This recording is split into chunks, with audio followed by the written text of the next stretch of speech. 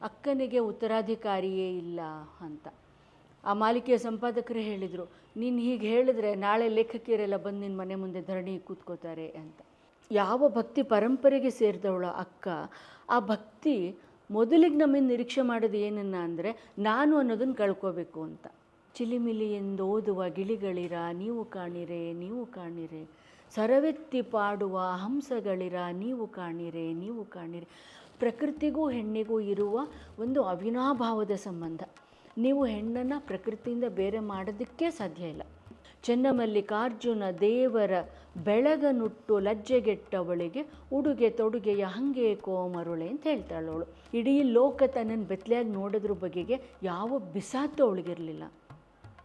ಒಂದು. ಎರಡನೇದ್ದು, ಬಹುಶಃ ಅವಳು ಯಾಕೆ ಅವಳನ್ನು ಹೀಗೆ ಬೆತ್ತಲೆಯಾಗಿ ಚಿತ್ರಿಸ್ಕೊಂಡಿದೆ ಲೋಕ. ಮೊಲೆ ಮುಡಿ ಬಂದೆಡೆ ಹೆಣ್ಣೆಂದು ಪ್ರಮಾಣಿಸಲಿಲ್ಲ, ಗಡ್ಡ ಮೀಸೆ ಬಂದುದೇ ಗಂಡೆಂದು ಪ್ರಮಾಣಿಸಲಿಲ್ಲ, ಅದು ಜಗದ ಹಾಹೆ ಬಲ್ಲವರ ನೀತಿಯಲ್ಲ ಅಂತ ಹೇಳ್ತಾಳಲ್ಲ ಅವಳು ಸತ್ಯಕ್ಕ. ಜಗದ ಹಾಹೆ, ಹಾಹೆ ಅಂದರೆ ಕಣ್ಕಟ್ಟು ಅಂತ ಕರಿತೀವಲ್ಲ, ಅದು ಭ್ರಮೆ. ನಾನು ಕ್ಲಾಸಲ್ಲಿ ಕೇಳಿದ್ದೆ, ನಿಮ್ಮ ಪಕ್ಕದ ಮನೆಯಲ್ಲಿ ಒಬ್ಬಳು ಅಕ್ಕಮಹಾದೇವಿ ಇದ್ದಾಳೆ ಅಂತ ಅಂದ್ಕೊಳ್ಳಿ, ಹೆಂಗೆ ರಿಯಾಕ್ಟ್ ಮಾಡ್ತೀರಾ ನೀವು? ತುಂಬ ಜನ ಹುಡುಗಿಯರು ಮತ್ತೆ ಅವರು ಹೇಳಿದ್ರು, ಮೇಡಮ್ ನಮ್ಗೆ ಅವಳು ಹುಚ್ಚಿ ಅಂತ ಅನ್ನಿಸ್ತಾಳೆ. ಇಷ್ಟೆಲ್ಲ ಮಾತಾಡುವ ಇದರಲ್ಲಿ ಅರ್ಧ ಗಂಟೆಗೊಂದು ಅತ್ಯಾಚಾರ ಯಾಕಾಗುತ್ತೆ? ಮತ್ತೆ ಕೊಡುವುದೇನು ಕೊಂಬುದೇನು ಒಲವು ಸ್ನೇಹ ಪ್ರೀತಿ. ಸೊ ಅಕ್ಕನ ಚೆನ್ನಮಲ್ಲಿಕಾರ್ಜುನನ ಜೊತೆಗಿನ ಸಂಬಂಧ ಇದೆಯಲ್ಲ, ಅಂತಿಮವಾಗಿ ಅದಿದು.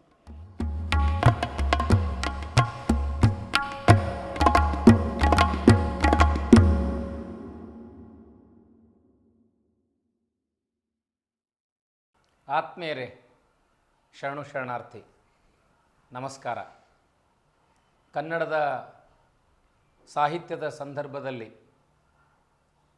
ಪ್ರಗತಿಪರ ಆಲೋಚನೆಯ ಜೊತೆಗೆ ವಾಸ್ತವದ ನೆಲೆಯಲ್ಲಿ ಇಂದು ಸಾಹಿತ್ಯ ಚರಿತ್ರೆಯನ್ನು ಓದುವುದು, ವಿಶ್ಲೇಷಿಸುವುದು ತುಂಬ ಅಪರೂಪದ ಕಾರ್ಯವಾಗಿದೆ.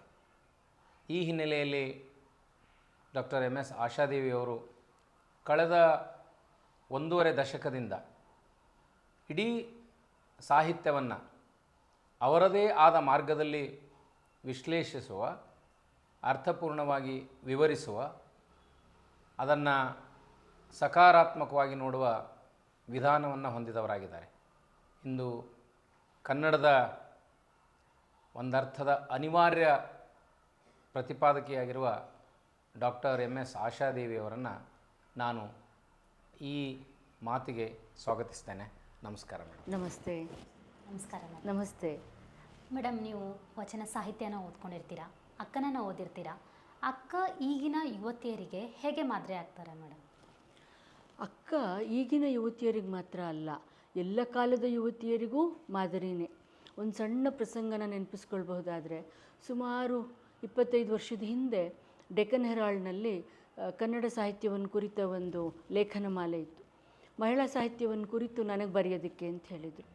ನಾನು ಅದಕ್ಕೊಂದು ಶೀರ್ಷಿಕೆ ಕೊಟ್ಟಿದ್ದೆ, ಅಕ್ಕನಿಗೆ ಉತ್ತರಾಧಿಕಾರಿಯೇ ಇಲ್ಲ ಅಂತ. ಆ ಮಾಲಿಕೆಯ ಸಂಪಾದಕರೇ ಹೇಳಿದರು, ನೀನು ಹೀಗೆ ಹೇಳಿದ್ರೆ ನಾಳೆ ಲೇಖಕಿಯರೆಲ್ಲ ಬಂದು ನಿನ್ನ ಮನೆ ಮುಂದೆ ಧರಣಿ ಕೂತ್ಕೋತಾರೆ ಅಂತ. ಇವತ್ತು ನನ್ನ ಅಭಿಪ್ರಾಯದಲ್ಲಿ ಸ್ವಲ್ಪ ಬದಲಾವಣೆ ಆಗಿದ್ದಿರ್ಬೋದು, ಆದರೆ ಅವಳ ಅಕ್ಕನೂ ಹೌದು, ಮಹಾನೂ ಹೌದು, ದೇವಿನೂ ಹೌದು ಅನ್ನೋದರಲ್ಲಿ ನನಗೇನು ಅನುಮಾನಗಳು ಉಳಿದಿಲ್ಲ. ಯಾಕೆ ಅಕ್ಕ ಇವತ್ತಿಗೆ ನಮಗೆ ಮಾದರಿ ಅನ್ನೋದಕ್ಕಿಂತ ನಾನು ಅಕ್ಕನನ್ನು ದಾರಿ ಅಂತ ಕರಿತೀನಿ. ಯಾಕೆ ಅಕ್ಕನನ್ನು ನಾನೊಂದು ದಾರಿ ಅಂತ ಕರಿತೀನಿ ಅಂದರೆ, ಅವಳು ನಡೆದ ದಾರಿ ಇದೆಯಲ್ಲ, ಅದು ಎಲ್ಲ ಕಾಲದಲ್ಲೂ ನಾವು ಹೆಣ್ಮಕ್ಳು ನಡಿಬೇಕು ಅಂತ ಆಸೆ ಪಡ್ತಾ ಇರುವ ದಾರಿ. ಅವತ್ತು ಇವತ್ತು ಮುಂದೆನೂ ನಾವು ಆ ದಾರಿಯನ್ನು ಆಸೆ ಪಡ್ತೀವಿ. ಯಾಕೆ ಅಂತಂದರೆ, ಆಕೆ ಆರಿಸ್ಕೊಂಡ ದಾರಿ, ನಡೆದ ದಾರಿ ಯಾವುದಾಗಿತ್ತು ಅಂದರೆ, ಅದನ್ನು ಸ್ತ್ರೀವಾದದ ಪರಿಭಾಷೆಯಲ್ಲಿ ಹೇಳ್ಬೋದಾದರೆ, ಅದು ಆಯ್ಕೆಯ ಸ್ವಾತಂತ್ರ್ಯವನ್ನು, ಆಯ್ಕೆಯ ಬದುಕನ್ನು ಕಟ್ಕೋಬೇಕು ಅಂತ, ಮತ್ತು ಸ್ವಗೌರವ ಅಂತ ನಾವೇನು ಕರಿತೀವಿ, ಸ್ವಪ್ರಜ್ಞೆ, ಸ್ವಗೌರವ ಅಂತ ಒಂದು ಆತ್ಮಬಲದಿಂದಲೇ ತನ್ನ ದಾರಿಯನ್ನು ಕಟ್ಕೊಳ್ಳೋದಕ್ಕೆ ಹೊರಟವಳವಳು. ಇಷ್ಟೆಲ್ಲ ಸ್ತ್ರೀವಾದಕ್ಕೆ ಇವಾಗ 100 ವರ್ಷ ಆಗಿದೆ ಅಂತ ನಾವು ಮಾತಾಡ್ತಿದ್ದೀವಿ. ಈಗಲೂ ಬಹಳ ಮೂಲಭೂತವಾದ ಒಂದು ಸಂಗತಿ ಯಾವುದು ಅಂದರೆ, ಹೆಣ್ಮಕ್ಳನ್ನು ಮುಂದಕ್ಕೆ ಒಂದು ಹೆಜ್ಜೆನಾದರೂ ಇಡಬೇಕು ಅಂತಂದರೆ ಅವ್ರಿಗಿರಬೇಕಾಗಿರೋದು ಅಕ್ಕನಿಗಿದ್ದಂಥ ಆತ್ಮಬಲ. ಹೆಣ್ಮಕ್ಳಿಗೆ ಆತ್ಮಬಲ ತುಂಬ ಮುಖ್ಯ. ಯಾಕೆ ಅಂತಂದರೆ, ಆ ಆತ್ಮಬಲವನ್ನೇ ಈ ಲೋಕ ಯಾವಾಗಲೂ ಕೊಲ್ಲುತ್ತೆ. ಅಲ್ವಾ. ಅವಳಿಗೆ ಅವಳು ನಗದನ್ನು ನೋಡಿದ್ರೆ ಈ ಸಮಾಜಕ್ಕೆ ಇಷ್ಟ ಆಗಲ್ಲ, ಅವಳು ಬಹಳ ವಿಶ್ವಾಸದಿಂದ ಇದ್ದರೆ ಇಷ್ಟ ಆಗಲ್ಲ, ಅವಳ ಧೈರ್ಯ ಇಷ್ಟ ಆಗೋದಿಲ್ಲ. ಅವಳ ನಗು, ಅವಳ ಧೈರ್ಯ, ಅವಳ ವಿಶ್ವಾಸ ಇದೆಲ್ಲದರ ಹಿಂದೆ ಇರೋದು ಆತ್ಮಬಲ. ಅಂದರೆ ನಾನು ಅನ್ನೋದರಲ್ಲಿ ಇರಬೇಕಾಗಿರುವ ಒಂದು ನಂಬಿಕೆ ಇದೆಯಲ್ವ, ಅದು ತುಂಬ ದೊಡ್ಡದು ಅಂತ ಅನಿಸುತ್ತೆ. ಅದನ್ನೇ ನಾವು ಡ್ರೈವಿಂಗ್ ಫೋರ್ಸ್ ಅಂತ ಕರೆಯೋದು, ಅದನ್ನೇ ಮೂಲ ಧಾತು ಅಂತ ಕರೆಯೋದು. ಆದರೆ ಇಲ್ಲೊಂದು ವಿಲಕ್ಷಣವಾದ ಸಂಗತಿ ಏನು ಅಂದರೆ, ಯಾವ ಭಕ್ತಿ ಪರಂಪರೆಗೆ ಸೇರಿದವಳ ಅಕ್ಕ, ಆ ಭಕ್ತಿ ಮೊದಲಿಗೆ ನಮಗೆ ನಿರೀಕ್ಷೆ ಮಾಡೋದು ಏನನ್ನ ಅಂದರೆ ನಾನು ಅನ್ನೋದನ್ನು ಕಳ್ಕೋಬೇಕು ಅಂತ. ನಾನು ಅನ್ನೋದು ಇರಬಾರ್ದು ಅಂತ ಹೇಳಿ, ಅದನ್ನು ಕಳ್ಕೊಂಡಾಗ ನನಗೆ ದೈವದ ಜೊತೆಯಲ್ಲಿ ಒಂದು ಸಾಂಗತ್ಯ ಸಿಗುತ್ತೆ, ನಾನು ದೈವದ ಜೊತೆಯಲ್ಲಿ ಲೈವ್ ಆಗಬಹುದು ಅಂತ ನಾವು ಅಂದ್ಕೊಳ್ತೀವಿ ಅಂತ. ಅದಕ್ಕೆ ವಚನಕಾರ್ತಿಯರ ಮೇಲೆ ಮಾತಾಡುವಾಗಲೆಲ್ಲ ಬರೆಯುವಾಗಲೆಲ್ಲ ನಾನು ಎತ್ತುವ ಒಂದು ಪ್ರಶ್ನೆ ಏನು ಅಂತಂದರೆ, ರಾಮಾನುಜನ್ ಹೇಳ್ತಾರೆ, ಶರಣಾಗತಿ ಅನ್ನೋದು ಭಕ್ತರಿಗಿರಬೇಕಾಗಿರುವ ಒಂದು ಮೂಲಭೂತವಾದ ಸಂಗತಿ. ಶರಣಸತಿ ಲಿಂಗಪತಿ ಮೂಲಕ ಅದನ್ನು ಅವ್ರು ಸಾಧಿಸಿದ್ರು ಅಂತ. ನನ್ನ ಪ್ರಶ್ನೆ ಏನು ಅಂದರೆ, ನಾನು ಅನ್ನೋದಕ್ಕೆ ನೀವು ಅವಕಾಶ ಕೊಡಲಿಲ್ವಲ್ಲ ಹೆಣ್ಮಕ್ಳಿಗೆ ಅಲ್ವಾ. ಅವಳನ್ನು ನೀವು ಪಾತ್ರಗಳಲ್ಲಿ ಕಳೆದು ಬಿಟ್ಟಿದ್ದೀರಲ್ವ. ನನ್ನ ಹೆಂಡತಿ, ನನ್ನ ಅಕ್ಕ, ನನ್ನ ತಂಗಿ, ನನ್ನ ನಾದ್ನಿ, ನನ್ನ ಸೊಸೆ ಏನೆಲ್ಲ ಆಗಿದ್ದೀನಿ, ಬಟ್ ನಾನು ಅನ್ನೋದಕ್ಕೆ ಅಲ್ಲಿ ಅವಕಾಶವೇ ಇರಲಿಲ್ವಲ್ಲ. ಬಹಳ ದೊಡ್ಡ ಪ್ರಶ್ನೆ ಇದ್ದಿದ್ದೇ ಅದು. ಯಾಕೆ ಅಕ್ಕ ಬಹಳ ಮುಖ್ಯ ನನಗೆ ಅಂತಂದರೆ, ಅವಳು ಒಂದು ಸ್ವಚಿತ್ರ ರಚಿಸ್ಕೊಂಡ್ಳು, ನಾನು ಅನ್ನುವ ಸ್ವಚಿತ್ರವನ್ನು ಅಲ್ವಾ. ಈಗಲೂ ಹೆಣ್ಮಕ್ಳನ್ನು ಮಿಸ್ಸೆಸ್ ಅದಿನ್ನೆಂಥದ್ದು, ಇನ್ಯಾರ್ದೋ ಮಗಳು, ಇನ್ಯಾರ್ದು ಹೀಗೆ ನೋಡೋದಲ್ವ. ಬಟ್ ನಾನು ಅನ್ನೋದನ್ನು ನಾನೇ ರಚಿಸ್ಕೋಬೇಕಾಯ್ತು, ನಾನೇ ಕಟ್ಕೋಬೇಕಾಯಿತು. ಅಕ್ಕ ತಮ್ಮದೇ ಆದ ಒಂದು ಹೆಣ್ಣಿನದ್ದೇ ಆದ, ಅವಳದ್ದೇ ಆದ, ಅದರಲ್ಲಿ ಮಿತಿಗಳಿದ್ದಾವೆ, ದೋಷಗಳಿದ್ದಾವೆ, ಪರಿಪೂರ್ಣ ಅಂತಲ್ಲ. ಆದರೆ ತನ್ನನ್ನು, ತನ್ನ ಎಲ್ಲ ಶಕ್ತಿ, ಸೌಂದರ್ಯ, ಮಿತಿ, ದೌರ್ಬಲ್ಯಗಳ ಜೊತೆಯಲ್ಲಿ ತನ್ನನ್ನು ಅವಳು ಚಿತ್ರಿಸ್ಕೊಂಡ್ಲಲ್ಲ, ಕಟ್ಕೊಂಡ್ಲಲ್ಲ, ಹಾಗೆ ಕಟ್ಟಿದ್ದನ್ನು ಸ್ಥಾಪಿಸೋದಕ್ಕೆ ಪ್ರಯತ್ನ ಪಟ್ಲಲ್ಲ. ಅದರಿಂದ ಅಕ್ಕ ನನಗೆ ಈಗಲೂ ಅಕ್ಕ. ಮೇಡಮ್, ಈಗ ಅಕ್ಕನ ಆದರ್ಶ ಅಥವಾ ಆಧ್ಯಾತ್ಮಿಕ ಬದುಕಿದೆಯಲ್ಲ, 21ನೇ ವರ್ತಮಾನದ ಸಂಗತಿಯಲ್ಲಿ ಎಷ್ಟರ ಮಟ್ಟಿಗೆ ಅದು ರೆಲೆವೆಂಟ್ ಆಗಿ ಸ್ವೀಕಾರ ಮಾಡಲಿಕ್ಕೆ ಸಾಧ್ಯ ಆಗ್ತದೆ, ಅಥವಾ ಯಾವ ಅಂಶಗಳನ್ನು ಅಲ್ಲಿ ನಾವು ತಗೋಬೋದು? ಸರ್, ಆಧ್ಯಾತ್ಮ, ಪ್ರೀತಿ ಮತ್ತು ಜೀವನ ಪ್ರೀತಿ ಈ ಎಲ್ಲವನ್ನು ಅಕ್ಕನಲ್ಲಿ ಬೇರೆ ಬೇರೆ ಮಾಡೋಕ್ಕಾಗಲ್ಲ.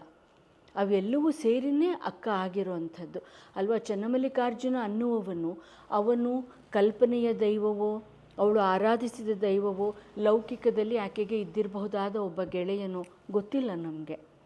ಆದರೆ ಅಕ್ಕನಲ್ಲಿ ಪ್ರೀತಿಯಷ್ಟೇ ಉತ್ಕಟವಾಗಿ ಭಕ್ತಿನೂ ಇದ್ದಿದ್ದರಿಂದ ಆ ಅನುಭವದ ಅಂಶಗಳು ಅವಳಲ್ಲಿ ಸೇರ್ಕೊಂಡ್ಬಿಟ್ಟಿವೆ. ಅವನ್ನು ಬೇರೆ ಮಾಡಬೇಕಾದ ಅಗತ್ಯವೂ ಇಲ್ಲ ಅಂತ ನನಗನ್ಸುತ್ತೆ. ಇವತ್ತಿಗೆ ನೀವು ಅನುಭವ ಅಥವಾ ಆಧ್ಯಾತ್ಮ ಎಷ್ಟು ಸಂಗತ ಅಂತ ಪ್ರಶ್ನೆ ಏನು ಕೇಳಿದರೆ, ಯಾವತ್ತಿಗಿಂತ ಅನುಭವ ಇವತ್ತಿಗೆ ಹೆಚ್ಚು ಸಂಗತ ಅಲ್ವಾ. Wordsworth the world is too much with us ಅಂತ ಹೇಳ್ತಾನೆ ಅಲ್ವಾ. ಲೌಕಿಕದ ತುದಿನಲ್ಲಿ ನಾವಿದ್ದೀವಿ. ಲೌಕಿಕದ ತುದಿನಲ್ಲಿ ನಾವು ಇರೋದ್ರಿಂದ ನಮಗೆ ಅದ್ರ ಬಗೆಗೆ ಒಂದು ನಮಗೇ ಗೊತ್ತಿಲ್ಲ ಹಾಗೆ ಒಂದು ಅವರ್ಷನ್ ಹುಟ್ಟುತ್ತಲ್ಲ ಅಲ್ವಾ. ನಾವು ನಮ್ಮ ಕಡೆ ಮುಖ ಚಿಟ್ಟಿಡಿಯೋದು ಅಂತಾರೆ, ಸಿಹಿ ತುಂಬ ತಿಂದ್ಬಿಟ್ರೆ ಅದೇನು ಇನ್ನು ಬೇಡ ಅದು ಅಂತ ಅನಿಸುತ್ತಲ್ಲ ನಮಗೆ. ಇವತ್ತು ಲೌಕಿಕ ಅನ್ನೋದು ನಮ್ಗೆ ಹಂಗಾಗೋಗಿದೆ ಅಲ್ವಾ. ಅಷ್ಟು ಲೌಕಿಕರಾಗಿರೋದ್ರಿಂದ ಯಾವುದೋ ಒಂದು ಗಳಿಗೆನಲ್ಲಿ ನಾವು ಅಲ್ಲಿಂದ ಕೆಳಗಡೆಗೆ ಬಂದುಬಿಡ್ತೀವಿ ಅಂತ ಅನಿಸುತ್ತೆ. ನಿಜ ಅಂದರೆ ಈ ಕಾಲದ 3 ಹಸಿವೆಗಳ ಬಗೆಗೆ ಮಾತಾಡುವಾಗ, ಈ ಕಾಲದಲ್ಲಿ 3 ಮುಖ್ಯವಾದ ಹಸಿವೆಗಳು ಈ ದೇಶದ ಮಟ್ಟಿಗೆ ಅಂತ ಹೇಳ್ತಾರಲ್ವ. ಒಂದು ಅನ್ನದ ಹಸಿವು, ಇನ್ನೊಂದು ಅಕ್ಷರದ ಹಸಿವು, ಮೂರನೇದು ಆಧ್ಯಾತ್ಮದ ಹಸಿವು ಅಂತ. ಸೊ ನಮಗೆ ಗೊತ್ತಿಲ್ಲ ಹಾಗೆ ಅಮೂರ್ತವಾಗಿ ಬಹಳ ಪ್ರಜ್ಞಾಪೂರ್ವಕವಾಗಿ ನಾವು ಅನುಭವದ ಬಗ್ಗೆ ಯೋಚನೆ ಮಾಡ್ತಿದ್ದೀವಿ ಅಂತಲ್ಲ, ಆದರೆ ಅಪ್ರಜ್ಞಾಪೂರ್ವಕವಾಗಿ ಅನುಭವದ ಕಡೆಗೆ ನಮ್ಮ ಒಂದು ಒಳಚಲನೆ ಇದೆ ಅಂತ ನನಗನ್ಸುತ್ತೆ. ಇವತ್ತಿನ ಈ ಮಾತುಗಳನ್ನು ನೇರವಾಗಿ ಹೇಳಬೇಕೇನು, ಈ ಫೇಕ್ ಅಥವಾ ಸ್ವಘೋಷಿತ ಜಗದ್ಗುರುಗಳಿದಾರಲ್ವ, ದೇವಮಾನವರು, ಆ ದೇವಮಾನವರ ಕಡೆಗೆ ಈ ಹೊತ್ತಿನ ಜನಾಂಗ ತುಂಬ ಅದರಿಂದ ಆಕರ್ಷಿತವಾಗ್ತಾ ಇದೆಯಲ್ವ. ಆ ಆಕರ್ಷಣೆಯ ಮೂಲದಲ್ಲಿ ಇರೋದೇನೇನೆ ಎಲ್ಲೋ ನಮಗೆ ಇದರಿಂದ ಆಚೆಗೆ ಇನ್ನೊಂದೇನೋ ಬೇಕು ಅಂತ ಅನ್ನಿಸ್ತಾ ಇದೆಯಲ್ಲ ನಮಗೆ. ಮೇಡಮ್, ಹಸಿವು ಜ್ಞಾನ ಸಾಮಾನ್ಯರ ವಿಷಯ. ಈ ಆಧ್ಯಾತ್ಮದ ಹಸಿವು ಅನ್ನೋದು ಎಲ್ಲ ಹೊಟ್ಟೆ ತುಂಬಿದವ್ರದ್ದು ಜ್ಞಾನ ಅಂತ ನಾನು ಅಂದ್ಕೊಳ್ತೀನಿ, ಸಾಮಾನ್ಯರ ವಿಷಯ ಅಲ್ಲಲ್ಲ ಅದು. ಆದರೆ ನಾನು ಅನುಭವವನ್ನು ಹೇಗೆ ವ್ಯಾಖ್ಯಾನಿಸ್ತೀನಿ, ಅಥವಾ ನೀಲಮ್ಮ ಅಥವಾ ನಮ್ಮ ಸೂಳೆ ಸಂಕವೆ, ನಮ್ಮ ಅಮುಗೆ ರಾಯಮ್ಮ, ಇವರೆಲ್ಲರ ಅನುಭವ ಇದೆಯಲ್ಲ, ಆ ಅನುಭವ ದಿನ ದಿನದ ದಂದುಗದಲ್ಲಿ ಹುಟ್ಟುವ ಅನುಭವ ಅಂತ ನನಗನ್ಸುತ್ತೆ. ಅನುಭವ ಅನ್ನೋದು ನಾನು ಎಲ್ಲೋ ಕೂತು ಮಾಡುವ ಒಂದು ಧ್ಯಾನದಲ್ಲಿ ಅಥವಾ ಈ ಬದುಕಿನಿಂದ ನಾನು ವಿಮುಖಳಾಗಬೇಕು ಅಂದ್ಕೊಳ್ಳೋದ್ರಲ್ಲಿ ಅದರಲ್ಲಿ ಇರಲಿಲ್ಲ ಅನುಭವ ಅಂತ ನನಗನ್ಸುತ್ತೆ. ಅಕ್ಕನನ್ನು ಹೊರತುಪಡಿಸಿ ಉಳಿದ ಎಲ್ಲ ಶರಣೆಯರು ಸಂಸಾರದಲ್ಲಿದ್ದುಕೊಂಡು ಸದ್ಗತಿಯ ಮಾರ್ಗವನ್ನು ಹೊಂದಿದರು. ಅದು ಅಷ್ಟು ನಮಗೆ ಕಠಿಣ ಅನಿಸೋದಿಲ್ಲ, ನಮಗೆ ಅದು ಆದರ್ಶ ಆಗ್ಬೋದು. ಆದರೆ ಅಕ್ಕನ ಮಾರ್ಗ ತೀರಾ ವೈರಾಗ್ಯದ ಸೆಳೆತ ಇತ್ತು. ಎಲ್ಲವನ್ನ ನಿರಾಕರಿಸಿ ಬೆತ್ತಲೆಯಾಗಿ ನಡೆದ ಬಗೆ ಇದೆಯಲ್ಲ, ಅದನ್ನು ನೀವು ಹೇಗೆ ಗುರುತಿಸ್ಲಿಕ್ಕೆ ಬಯಸ್ತೀರಿ? ಆ ಅಕ್ಕನದು ವೈರಾಗ್ಯದ ದಾರಿ ಅನ್ನೋದ್ರ ಬಗೆಗೆ ನನಗೊಂಚೂರು ತೊಡಕು, ಒಂಚೂರು ಸಂಶಯ ಏನಾರಿದೆಯಾ? ಒಂಚೂರು ತಕರಾರಿದೆ ನನಗೆ. ಯಾಕೆ ಅಂತಂದರೆ ಅಕ್ಕನಷ್ಟು ಉತ್ಕಟವಾಗಿ ಬದುಕನ್ನು, ಸಂಬಂಧಗಳನ್ನು, ತನ್ನದೇ ದೇಹವನ್ನು, ಸುತ್ತಮುತ್ತಲಿನ ಪ್ರಕೃತಿಯನ್ನು ಪ್ರೀತಿಸಿದವರು ಮತ್ತೊಬ್ಬರಿಲ್ಲ ಅಂತೀನಿ ನಾನು. ಅವಳು ಚನ್ನಮಲ್ಲಿಕಾರ್ಜುನನನ್ನು ಕೊನೆಗೂ ಕಂಡಿದ್ದೆಲ್ಲಿ? ಚಿಲಿಮಿಲಿ ಎಂದೋದುವ ಗಿಳಿಗಳಿರ ನೀವು ಕಾಣಿರೆ ನೀವು ಕಾಣಿರೆ, ಸರವೆತ್ತಿ ಪಾಡುವ ಹಂಸಗಳಿರ ನೀವು ಕಾಣಿರೆ ನೀವು ಕಾಣಿರೆ. ಆ ಚನ್ನಮಲ್ಲಿಕಾರ್ಜುನ ಅನ್ನುವವನು ಆ ಗಂಡಿನ ರೂಪದಿಂದ ಅವನು ವಿಸರ್ಜನೆಗೊಂಡು ಇಡೀ ಪ್ರಕೃತಿಯಲ್ಲಿ ಅವನಿದ್ದಾನೆ ಅಂತ ಅವಳು ತಿಳ್ಕೊಂಡಿದ್ಲು ಅನಿಸುತ್ತೆ ನನಗೆ. ಅಂದರೆ ಒಂದು ಚಂದವಾಗಿರುವ ಯಾವುದರಲ್ಲೂ ಚನ್ನಮಲ್ಲಿಕಾರ್ಜುನನ ಕಾಣುವ ಶಕ್ತಿ ಅವಳಿಗಿತ್ತಲ್ಲ ಅಲ್ವಾ? ಪ್ರಕೃತಿ ಅಂದರೆ ಆಕಾಶ ಇರ್ಬೋದು, ಮಳೆ ಇರ್ಬೋದು, ಚಂದ್ರ ಇರ್ಬೋದು, ಯಾವುದೋ ಇದ್ದಿರ್ಬೋದು, ಆ ಎಲ್ಲದರಲ್ಲೂ ಅವಳಿಗೆ ಅವನನ್ನು ಗುರ್ತಿಸೋಕ್ಕಾಗ್ತಿತ್ತು ಅನ್ನೋದನ್ನು ನಾನು ಬೇರೆ 2-3 ಅಂಶಗಳ ಜೊತೆಯಲ್ಲಿ ಹೊಂದಿಸ್ಕೊಳ್ತೀನಿ. ಮೊದಲನೇದು, ಪ್ರಕೃತಿಗೂ ಹೆಣ್ಣಿಗೂ ಇರುವ ಒಂದು ಅವಿನಾಭಾವದ ಸಂಬಂಧ. ನೀವು ಹೆಣ್ಣನ್ನು ಪ್ರಕೃತಿಯಿಂದ ಬೇರೆ ಮಾಡೋದಕ್ಕೆ ಸಾಧ್ಯ ಇಲ್ಲ.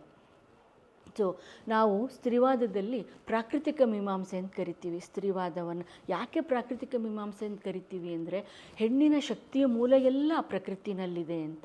ಇದರಿಂದ ಯಾರೋ ಕೊಟ್ಟಿದ್ದು, ಯಾರೋ ಹೇಳಿದ್ದು, ಕಾನೂನು ವ್ಯವಸ್ಥೆ, ಅದೆಲ್ಲದಕ್ಕಿಂತ ಮೂಲಭೂತವಾಗಿ ಹೆಣ್ಣಿನ ಒಳಶಕ್ತಿ ಇದೆಯಲ್ವ, ಶಕ್ತಿಧಾತುಗಳಿದಾವಲ್ಲ, ಅವು ನೀವು ಯಾವುದರ ಜೊತೆಯಲ್ಲೂ ಹೋಲಿಕೆ ಮಾಡೋದಕ್ಕೆ ಸಾಧ್ಯ ಇಲ್ಲ ಅಂಥದ್ದು. ಮತ್ತು ಇಂತಹ ಹಿನ್ನೆಲೆಯಿಂದ ಬಂದಿರುವಂಥ ಹೆಣ್ಣಿಗೆ ಯಾವುದ್ರ ಬಗ್ಗೆಗಾದರೂ ಒಂದು ವೈರಾಗ್ಯ ಇತ್ತು ಅಂತಂದರೆ ನಂಗೆ ನಂಬೋದು ಕಷ್ಟ. ಇವಾಗ ನಾವೆಲ್ಲರೂ ಸಾಮಾನ್ಯವಾಗಿ ಕೋಟ್ ಮಾಡುವ ಅಕ್ಕನ ವಚನಗಳಿದಾವಲ್ವ, ಚನ್ನಮಲ್ಲಿಕಾರ್ಜುನ ದೇವರ ಬೆಳಗನುಟ್ಟು ಲಜ್ಜೆಗೆಟ್ಟವಳಿಗೆ ಉಡುಗೆ ತೊಡುಗೆಯ ಹಂಗೆ ಕೋಮರುಳೆ ಅಂತ ಹೇಳ್ತಾಳವಳು. ಅಲ್ಲಿ ಅದನ್ನು ನಾನು ವೈರಾಗ್ಯ ಅಂತ ನೋಡಬೇಕಾ, ನಾನು ಅದನ್ನು ಪ್ರೀತಿಯನ್ನು ನೋಡಬೇಕಾ, ಅದನ್ನು ಭಕ್ತಿ ಅಂತ ನೋಡಬೇಕಾ? ಮತ್ತು ಅವಳಿಗೆ ಇದ್ದ ಅಸಾಧಾರಣವಾದ ಆತ್ಮಬಲದಲ್ಲಿ ಯಾವ ಬಟ್ಟೆ ಅನ್ನೋದು ಹೆಣ್ಣಿನ ಮರ್ಯಾದೆಯನ್ನು ಕಾಪಾಡುವ ಮೂಲ ಸಾಧನ ಅಂತ ತಿಳ್ಕೊಂಡಿದ್ದೀವೋ, ಆ ಮೂಲ ಸಾಧನದ ಬಗೆಗೆ ಅವಳಿಗೆ ಹುಟ್ಟಿದ ಒಂದು ಅಂಥ ತಿರಸ್ಕಾರ ಇದೆಯಲ್ಲ, ಉತ್ಕಟವಾದ ತಿರಸ್ಕಾರ. ಆ ತಿರಸ್ಕಾರವನ್ನು ಹೇಗೆ ನೋಡಬೇಕು? ನಾನು ಅದನ್ನು ವೈರಾಗ್ಯ ಅನ್ನೋದಕ್ಕಿಂತ ಹೆಚ್ಚಾಗಿ ಅವಳಿಗೆ ತನ್ನ ಬಗೆಗೆ ಚನ್ನಮಲ್ಲಿಕಾರ್ಜುನ ಮತ್ತು ತನ್ನ ಸಂಬಂಧದ ಬಗೆಗೆ ಎಂಥ ನಂಬಿಕೆ ಇದೆ ಅಂತಂದರೆ ಅವಳಿಗೆ ಇಡೀ ಲೋಕ ತನ್ನನ್ನು ಬೆತ್ತಲೆಯಾಗಿ ನೋಡೋದ್ರ ಬಗೆಗೆ ಯಾವ ಬಿಸಾತು ಅವಳಿಗಿರಲಿಲ್ಲ.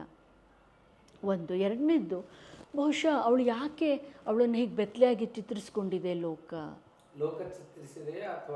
ನಾನು ಅದನ್ನು ಹೇಗೆ ಅಂತೀನಿ ಅಂದರೆ, ಅವಳು ಏಕಾಂಗಿಯಾಗಿ ಅವಳು ನಡೆದ ಆ ದೀರ್ಘವಾದ ಪ್ರಯಾಣ ಇದೆಯಲ್ಲ, ಕದಳಿಯ ತನಕದ ಅವಳ ಪ್ರಯಾಣ, ಆ ಪ್ರಯಾಣದಲ್ಲಿ ತುಂಬ ಹಿಂಸೆಗಳಾಗಿರಬೇಕಲ್ಲ ಅವಳಿಗೆ.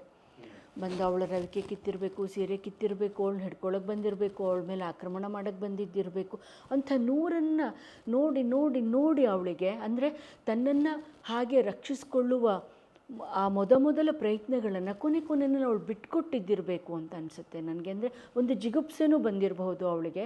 ಅಂದರೆ ಕೊನೆಗೂ ಹೆಣ್ಣನ್ನು ದೇಹವಾಗಿ ಮಾತ್ರ ನೋಡುವ ಈ ಲೋಕಕ್ಕೆ ಇಲ್ಲಿ ದೇಹ ತಾನೇ ಬೇಕಾಗಿರೋದನ್ನು ನೋಡ್ಕೊಂಡು ಹಾಳಾಗೋಗಿ ಅನ್ನುವಂತಹ ರೋಸಿ ಹೋದ ಮನಸ್ಥಿತಿ ಏನಾದರೂ ಅವಳಿಗಿತ್ತ? ಅಥವಾ ದೇಹದ ಹಂಗನ್ನು ಅವಳು ಮೀರ್ಕೊಂಬಿಟ್ಟಿದ್ಲ? ಮಿಕ್ಕುಮೀರಿ ಹೋಹನ ಬೆಂಬತ್ತಿ ಕೈವಿಡಿದೆನವ ಅಂತ ಹೇಳ್ತಾ ಇರ್ತಾಳಲ್ಲ ಅವಳು. ಆ ಮಿಕ್ಕುಮೀರಿ ಹೋಗ್ತಾ ಇರುವ ಚನ್ನಮಲ್ಲಿಕಾರ್ಜುನನ್ನು ಹಿಡಿತಾ ಅವಳಿಗೆ ಈ ದೇಹ ಅನ್ನೋದು ಯಾವುದೋ ಒಂದು ಸಾಧನವಾಗಿ ಕಂಡಿತ್ತೋ, ಯಾವುದೋ ಒಂದು ಉತ್ಕಟವಾದ ಪ್ರೀತಿಯ ಒಂದು ಸಂಗತಿಯ ಕಾಣಿಸ್ತಾ ಇತ್ತು, ಅದನ್ನು ಅವಳು ನಿಧಾನವಾಗಿ ಮೀರ್ಕೊಳ್ತಾನೂ ಹೋಗಿದ್ದಿರ್ಬೋದು ಅಂತ ಅನಿಸುತ್ತೆ ನನಗೆ. ಆದರೆ ವೈರಾಗ್ಯ ಅನ್ನೋದನ್ನು ಅದರ ನಿಜಾರ್ಥದಲ್ಲಿ ಅಕ್ಮಾದೇವಿಗೆ ಹೊಂದಿಸೋದಕ್ಕೆ ನನಗೊಂಚೂರು ಹಿಂಸೆ ಆಗುತ್ತೆ. ಯಾಕೆ ಅಂತಂದರೆ ಅವಳು ಹಾಗೆ ಬದುಕನ್ನು ಪ್ರೀತಿಸಿದವರು ಇನ್ನೊಬ್ಬರಿಲ್ಲ. ಆಗಲೇ ಇವರು ಕೇಳಿದ್ರಲ್ಲ, ಅಕ್ಕ ಯಾಕೆ ನಮಗೆ ಮಾದರಿ ಅಂತ. ಅಕ್ಕ ಯಾಕೆ ಮಾದರಿ ಅಂದರೆ, ನನಗೆ ಏನೆಂಥ ಕಷ್ಟದ ಏನೆಂಥ ಬಿಕ್ಕಟ್ಟಿನ ಗಳಿಗೆಗಳಲ್ಲೂ ಅವಳಿಗೆ ಬದುಕಿಗೆ ಬೆನ್ನು ತಿರುಗಿಸ್ಬೇಕಂತ ಅನ್ನಿಸ್ಲಿಲ್ಲ, ಆತ್ಮಹತ್ಯೆ ಮಾಡ್ಕೋಬೇಕಂತ ಅನ್ನಿಸ್ಲಿಲ್ಲ ಅಲ್ವಾ. ಅಂದರೆ ಆ ಎಲ್ಲವನ್ನು ಅವಳು ಎದುರಿಸಿದ್ದು ಒಂದು ಆ ಮನೋಧೀರತೆಯಲ್ಲಿ ಅನ್ನೋದಾದರೆ, ಎರಡನೇದ್ದು ಅವಳಿಗಿದ್ದ ಅಂಥ ಅಪ್ಪಟ ಜೀವನ ಪ್ರೀತಿಯಲ್ಲಿ ಅಂತ ನಾನು ತಿಳ್ಕೊಂಡಿದ್ದೀನಿ. ಯಾರು ಬದುಕನ್ನು ಅಷ್ಟು ಅಪ್ಪಟವಾಗಿ ಪ್ರೀತಿಸ್ತಾರೋ ಅವರಿಗೆ ಬದುಕಿನ ಬಗೆಗೆ ಇಂಥ ತಿರಸ್ಕಾರದ ಒಂದು ಭಾವ ಇರೋಕ್ಕೆ ಸಾಧ್ಯವಾ? I have my own doubt. ಅಂದರೆ ಈಗ ನೀವು ಹೆಣ್ಣಿಗೆ ಪರಿಸರದೊಂದಿಗೆ ಸಮ್ಮಿಲನ ಇರ್ತದೆ ಅಂತ ಹೇಳಿದ್ರಿ, ಆದರೆ ಅದೇ ಹೆಣ್ಣಿಗೆ ಪುರುಷನು ಅನಿವಾರ್ಯ ಅಲ್ಲ ಅಂತ ಹೇಳಿದ ಧ್ವನಿ ಅಕ್ಕನದು ಮೊದಲನೇದಂತ ಅನಿಸ್ತದ, ಅಥವಾ ಹೆಣ್ಣಿಗೆ ಪುರುಷ ಅನಿವಾರ್ಯ ಹೌದೋ ಅಲ್ವೋ? ಅದು ಆಯ್ಕೆಯ ಪ್ರಶ್ನೆ, ಅದು ಆಯ್ಕೆಯ ಪ್ರಶ್ನೆ. ಅಂದರೆ ಅವಳು ಹೇಳದಿದೆಯಲ್ವ, ಅಪ್ಪಿದಡೆ ಹಸ್ತಿ ನುಗ್ಗು ನುರಿಯಾಗಬೇಕು ಅನ್ನುವಾಗ ಅಲ್ಲಿ ಗಂಡು ಒಂದು ಆಯ್ಕೆ, ಒಂದು ಪ್ರೀತಿ, ಒಂದು ಅಪ್ಪುಗೆ, ಅದು ಒಂದು ಸಂಬಂಧವಾಗಿ ಕೂಡ, ಒಂದು ವ್ಯಕ್ತಿಯಾಗಿ ಕೂಡ ಅಲ್ವಾ, ಒಂದು ಎಲ್ಲ ರೀತಿಯಿಂದಲೂ ಅದು ತನಗೆ ಬೇಕು ಅನ್ನುವಾಗ ಅದು ಬೇಕು ಅಲ್ವಾ. ಮನಕ್ಕೆ ಮನೋಹರವಾಗದವರು ಮನಕ್ಕೆ ಬಾರರು ನೋಡ ಅಂತ ಬಸವಣ್ಣ ಹೇಳುವ ಹೊತ್ತಿನಲ್ಲಿ ಅದು ತನ್ನ ಆಯ್ಕೆಯಾಗಿದ್ದಾಗ ಹೆಣ್ಣು ಅದನ್ನು ಒಪ್ಕೊಳ್ಳೋದು ಬೇರೆ ಅಲ್ವಾ. ಅದರಿಂದ ಪುರುಷ ಬೇಕೇ ಬೇಕು ಅನ್ನುವ ಒಂದು ನೆಲೆನಲ್ಲಿ ಅವಳು ಮಾತಾಡ್ತಾಳೆ ನನಗೆ ಅನಿಸಲ್ಲ. ಆದರೆ ಗಂಡು ಹೆಣ್ಣಿನ ಸಂಬಂಧದ ಬಗೆಗೆ, ಅದರ ಚೆಲುವಿನ ಬಗ್ಗೆ, ಕೌಶಿಕನ ಬಗ್ಗೆ ತಿರಸ್ಕಾರ ಉಂಟಾಯಿತು ನಿಜ, ಆದರೆ ಕೌಶಿಕ ಕೆಟ್ಟವನಿರ್ಬೋದು. ಕೌಶಿಕನನ್ನು ಹೊರತುಪಡಿಸಿ ಆಕೆ ಇಷ್ಟಪಡುವ ಚನ್ನಮಲ್ಲಿಕಾರ್ಜುನ ಅಮೂರ್ತವೋ ಅಥವಾ ಅಮೂರ್ತವೋ ಅನ್ನುವಂಥ ಇಡೀ ವಚನಗಳನ್ನ ಅಧ್ಯಯನ ಮಾಡಿದಾಗ ಸಾಹಿತ್ಯದ ವಿದ್ಯಾರ್ಥಿಯಾಗಿ ಏನಾದರೂ ಒಂದು ಅಲ್ಲಿ ರೂಪ ಕಂಡುಕೋಬೋದಲ್ಲ ನಾವು? ಕಂಡುಕೊಳ್ಳೇಬೇಕು ಅಂತ ನಾನು ಹೇಳೋದು. ಪ್ರಯತ್ನ ಮಾಡಬೇಕು. ಕೌಶಿಕ ಕೆಟ್ಟವನಂತಲೂ ನಾನು ಹೇಳೋದಿಲ್ಲ.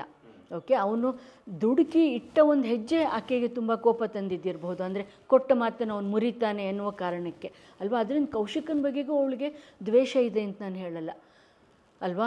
ಸೆರೆಗ ಬಿಡು ಮರುಳೇ ಅಂತ ಹೇಳ್ತಾ ಇರಬೇಕಾದ್ರೆ ನೀನು ಬೇಡ ಅಂತ ಹೇಳ್ತಿದ್ದಾಳೆ ಹೊರತು ನೀನು ದುಷ್ಟ ಅಂತ ಅವಳು ಹೇಳ್ತಾನೆ ಇಲ್ಲ ಕೌಶಿಕನ ಬಗೆಗೆ. This is again a very important feminine quality. ಹೆಣ್ಮಕ್ಳಿಗೆ ಯಾವುದನ್ನಾದರೂ ಹಾಗೆ ದ್ವೇಷಿಸಿ ನಿರಾಕರಿಸೋದಿದೆಯಲ್ಲ, ಅದು ಬಹಳ ಕಷ್ಟದ್ದು ಅಂತ ನಾನು ಹೇಳ್ತೀನಿ.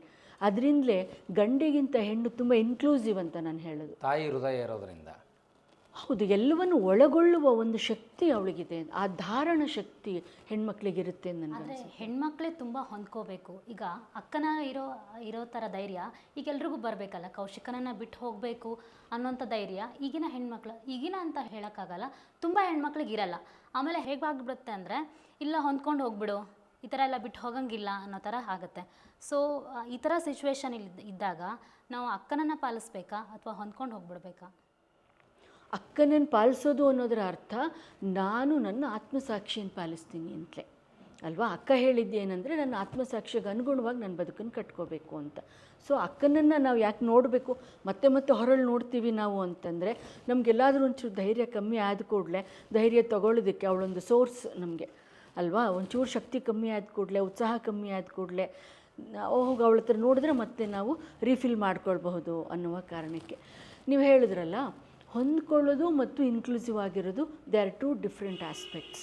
ಓಕೆ, ಇನ್ಕ್ಲೂಸಿವ್ ಆಗಿರೋದು ಅಲ್ಲಿ ಕ್ಷಮೆ ಇದೆ, ಆದರೆ ನಾವು ಕ್ಷಮೆ ಅಂತ ಅಂದ್ಕೂಡಲೇ ಕ್ಷಮೆ ಆಧರಿತ್ರಿ ಅಂತ ಶುರು ಮಾಡಿಬಿಡ್ತಾರೆ. ನಾವು ಹೇಳುವ ಹೆಣ್ಣಿನ ಶಕ್ತಿ ಮೂಲಗಳು ಗಂಡಾಳಿಕೆ ಹೇಳುವ ಶಕ್ತಿ ಮೂಲಗಳಲ್ಲ ಅಲ್ವಾ. ಇವಾಗ ಹೊಂದ್ಕೋಬೇಕು ಅನ್ನೋದು ಒಂದು ಶಕ್ತಿ ಮೂಲ ಅಂತ ಲೋಕ ಹೇಳುತ್ತೆ, ಗಂಡಾಳಿಕೆ ನಮಗೆ ಹೇಳುತ್ತೆ. ಆದರೆ ನಾವು ಹೇಳುವ ಇನ್ಕ್ಲೂಸಿವ್ನೆಸ್ ಅದಲ್ಲ ಅಲ್ವಾ. ಇವಾಗ ಶಕುಂತಲೆ ದುಷ್ಯಂತನ ಹತ್ರ ವಾಪಸ್ ಬರ್ತಾಳೆ, ವಾಪಸ್ ಬಂದಾಗ ಅವನು ಮತ್ತೆ ನಮ್ಮ ದಾಂಪತ್ಯ ಶುರು ಆಗಿಬಿಡುತ್ತೆ ಅಂತ ಅಂದ್ಕೊಳ್ಳೋ ಹೊತ್ತಿಗೆ ವೀಣಾ ಶಾಂತೇಶ್ವರ ಅವರ ನಿರಾಕರಣೆ ಕಥೆನಲ್ಲಿ ಅವಳು ಸ್ಪಷ್ಟವಾಗಿ ಹೇಳ್ತಾಳೆ, ನೀನು ನನ್ನನ್ನು ತಪ್ಪು ತಿಳ್ಕೊಂಡಿದ್ದೀಯಾ, ನಾನು ವಾಪಸ್ ಬಂದಿದ್ದೀನಿ ಖರೆ, ಅರಮನೆಗೆ ವಾಪಸ್ ಬಂದಿರೋದು ತಾಯಿಯಾಗಿ ಬಂದಿದ್ದೀನಿ, ನನ್ನ ಮಗನಿಗೆ ಸಿಗಬೇಕಾಗಿರುವ ಎಲ್ಲ ಹಕ್ಕು ಬಾಧ್ಯತೆಗಳು ಸಿಗಬೇಕು, ಅದಕ್ಕೆ ತೊಂದರೆ ಆಗಬಾರ್ದು ಅನ್ನುವ ಕಾರಣಕ್ಕೆ ಬಂದಿದ್ದೀನಿಯೇ ಹೊರತು ನಾನು ನಿನ್ನ ಹೆಂಡತಿಯಾಗಿ ವಾಪಸ್ ಬಂದಿಲ್ಲ ಮಾರಾಯ, ನೀನು ಅದನ್ನು ತಪ್ಪಾಗಿ ತಿಳ್ಕೊಬೇಡ ಅಂತ ಅವಳು ಹೇಳ್ತಾಳಲ್ವ. ಆ ಅರ್ಥದಲ್ಲಿ ಅಲ್ವಾ. ಅಂದರೆ ಅವಳು ಇನ್ಕ್ಲೂಸಿವ್ ಆಗಿದ್ದಾಳೆ. ದುಷ್ಯಂತನನ್ನು ಅವನ ಅದೇ ಅರಮನೆಯಲ್ಲಿ ಅವಳು ಇರಬಲ್ಲಳು, ಆದರೆ ದುಷ್ಯಂತನನ್ನು ಪಕ್ಕಕ್ಕೂ ಇಡ್ತಾ ಇದ್ದಾಳೆ ಅವಳು. ದುಷ್ಯಂತ ಬೇಡ, ಮಗುವಿಗೆ ತಂದೆ ಬೇಕು ಮತ್ತು ಮಗನ ಹಕ್ಕನ್ನು ನಾನು ದೂರ ಇದ್ದೀನಿ ಅನ್ನುವ ಕಾರಣಕ್ಕೆ ಮಗನ ಹಕ್ಕು ಅವನಿಗೆ ಹೋಗಬೇಕಾಗಿಲ್ಲ, ಅವನು ಕಳ್ಕೋಬೇಕಾಗಿಲ್ಲ ಅದನ್ನು ಅಲ್ವಾ. ಅಂದರೆ ಆ ಕ್ಲಾರಿಟಿ ಇದೆಯಲ್ಲ, ಇಂಟೆಲೆಕ್ಚುಯಲ್ ಕ್ಲಾರಿಟಿ, ಅದು ತುಂಬ ಇಂಪಾರ್ಟೆಂಟ್ ಅಂತ ನನಗನ್ಸುತ್ತೆ. ಅದಷ್ಟು ರೆಲೆವೆಂಟ್ ನನಗೆ ಗೊತ್ತಿಲ್ಲ ನೀವು ಕೇಳ್ತಾ ಇರುವ ಪ್ರಶ್ನೆಗೆ. ನಾವು ವಚನಕಾರ್ತಿಯರಿಂದ ಕಲಿಬೇಕಾಗಿರೋ ಬಹಳ ದೊಡ್ಡ ಪಾಠ ಯಾವುದಂದರೆ, ಯಾವುದನ್ನು ನಮಗೆ ಸ್ತ್ರೀ ಮಾದರಿಗಳಂತ ಕಟ್ಟಿಕೊಡಲಾಗಿದೆಯಲ್ಲ, ಅದು ಅಹಲ್ಯೆ ಇರ್ಬೋದು, ಸೀತೆ ಇರ್ಬೋದು, ದ್ರೌಪದಿ ಇರ್ಬೋದು, ಅದೆಲ್ಲವೂ ಕಟ್ಟಿಕೊಟ್ಟ ಮಾದರಿಗಳು. ಅವು ನಿಜವಾಗಿರುವ ಮಾದರಿಗಳ ಸ್ವರೂಪನೇ ಬೇರೆ. ಅವರ ನಿಜವಾದ ಸ್ವರೂಪ ಏನು ಅನ್ನೋದನ್ನು ಅರ್ಥ ಮಾಡ್ಕೊಳ್ಳೋದಕ್ಕೆ ನಮಗೆ ಬೆಳಕು ಚೆಲ್ಲಿದವರು ವಚನಕಾರ್ತಿಯರು. ಅಂದರೆ ಆ ಪಾತ್ರಗಳು ಗಂಡಿನಿಂದ ಸೃಷ್ಟಿಸಲ್ಪಟ್ಟದ್ದು, ಇವು ಸ್ವಾನುಭವದಿಂದ ಬಂದ ಪಾತ್ರ. ಗಂಡಾಳಿಕೆ ನಮ್ಮ ಮೇಲೆ ಹೇರಿದ ಮಾದರಿಗಳು. ಇವಾಗ ಸೀತೆ ಅಂದ ಕೂಡಲೇ ಛಾಯಾಸತಿ ಅಂತ ಹೇಳೋದು ಅಲ್ವಾ? ಅವಳು ಛಾಯಾಸತಿ ಅಲ್ಲ. She is the most independent women on the earth, Sita ಅಲ್ವಾ? ಅವಳು ಎಷ್ಟು ಸ್ವಾಯತ್ತ ಹೆಣ್ಮಗಳು ಅನ್ನೋದನ್ನು ಕಲ್ತ್ಕೊಳ್ಳೋದಕ್ಕೆ ನನಗೆ ಅವಕಾಶ ಮಾಡಿಕೊಟ್ಟಿದ್ದು ಅಂಥ ಒಂದು ಓರಿಯೆಂಟೇಷನನ್ನು, ಮಾನಸಿಕವಾಗಿ ಬೌದ್ಧಿಕವಾಗಿ ನನಗಂಥದ್ದೊಂದು ಓರಿಯೆಂಟೇಷನನ್ನು ವಚನಕಾರ್ತಿಯರು ಕೊಡ್ತಾರೆ. ಅದು ನೀಲಮ್ಮ ಇರ್ಬೋದು, ಅದು ಅಮುಗೆ ರಾಯಮ್ಮ ಇರಬಹುದು ಅಲ್ವಾ, ಸೂಳೆ ಸಂಕವೆ ಇದ್ದಿರಬಹುದು, ಸತ್ಯಕ್ಕ ಇರಬಹುದು. ಮೊಲೆ ಮುಡಿ ಬಂದಡೆ ಹೆಣ್ಣೆಂದು ಪ್ರಮಾಣಿಸಲಿಲ್ಲ, ಗಡ್ಡ ಮೀಸೆ ಬಂದುದೇ ಗಂಡೆಂದು ಪ್ರಮಾಣಿಸಲಿಲ್ಲ, ಅದು ಜಗದ ಹಾಹೆ ಬಲ್ಲವರ ನೀತಿಯಲ್ಲ ಅಂತ ಹೇಳ್ತಾಳಲ್ಲ ಅವಳು ಸತ್ಯಕ್ಕ.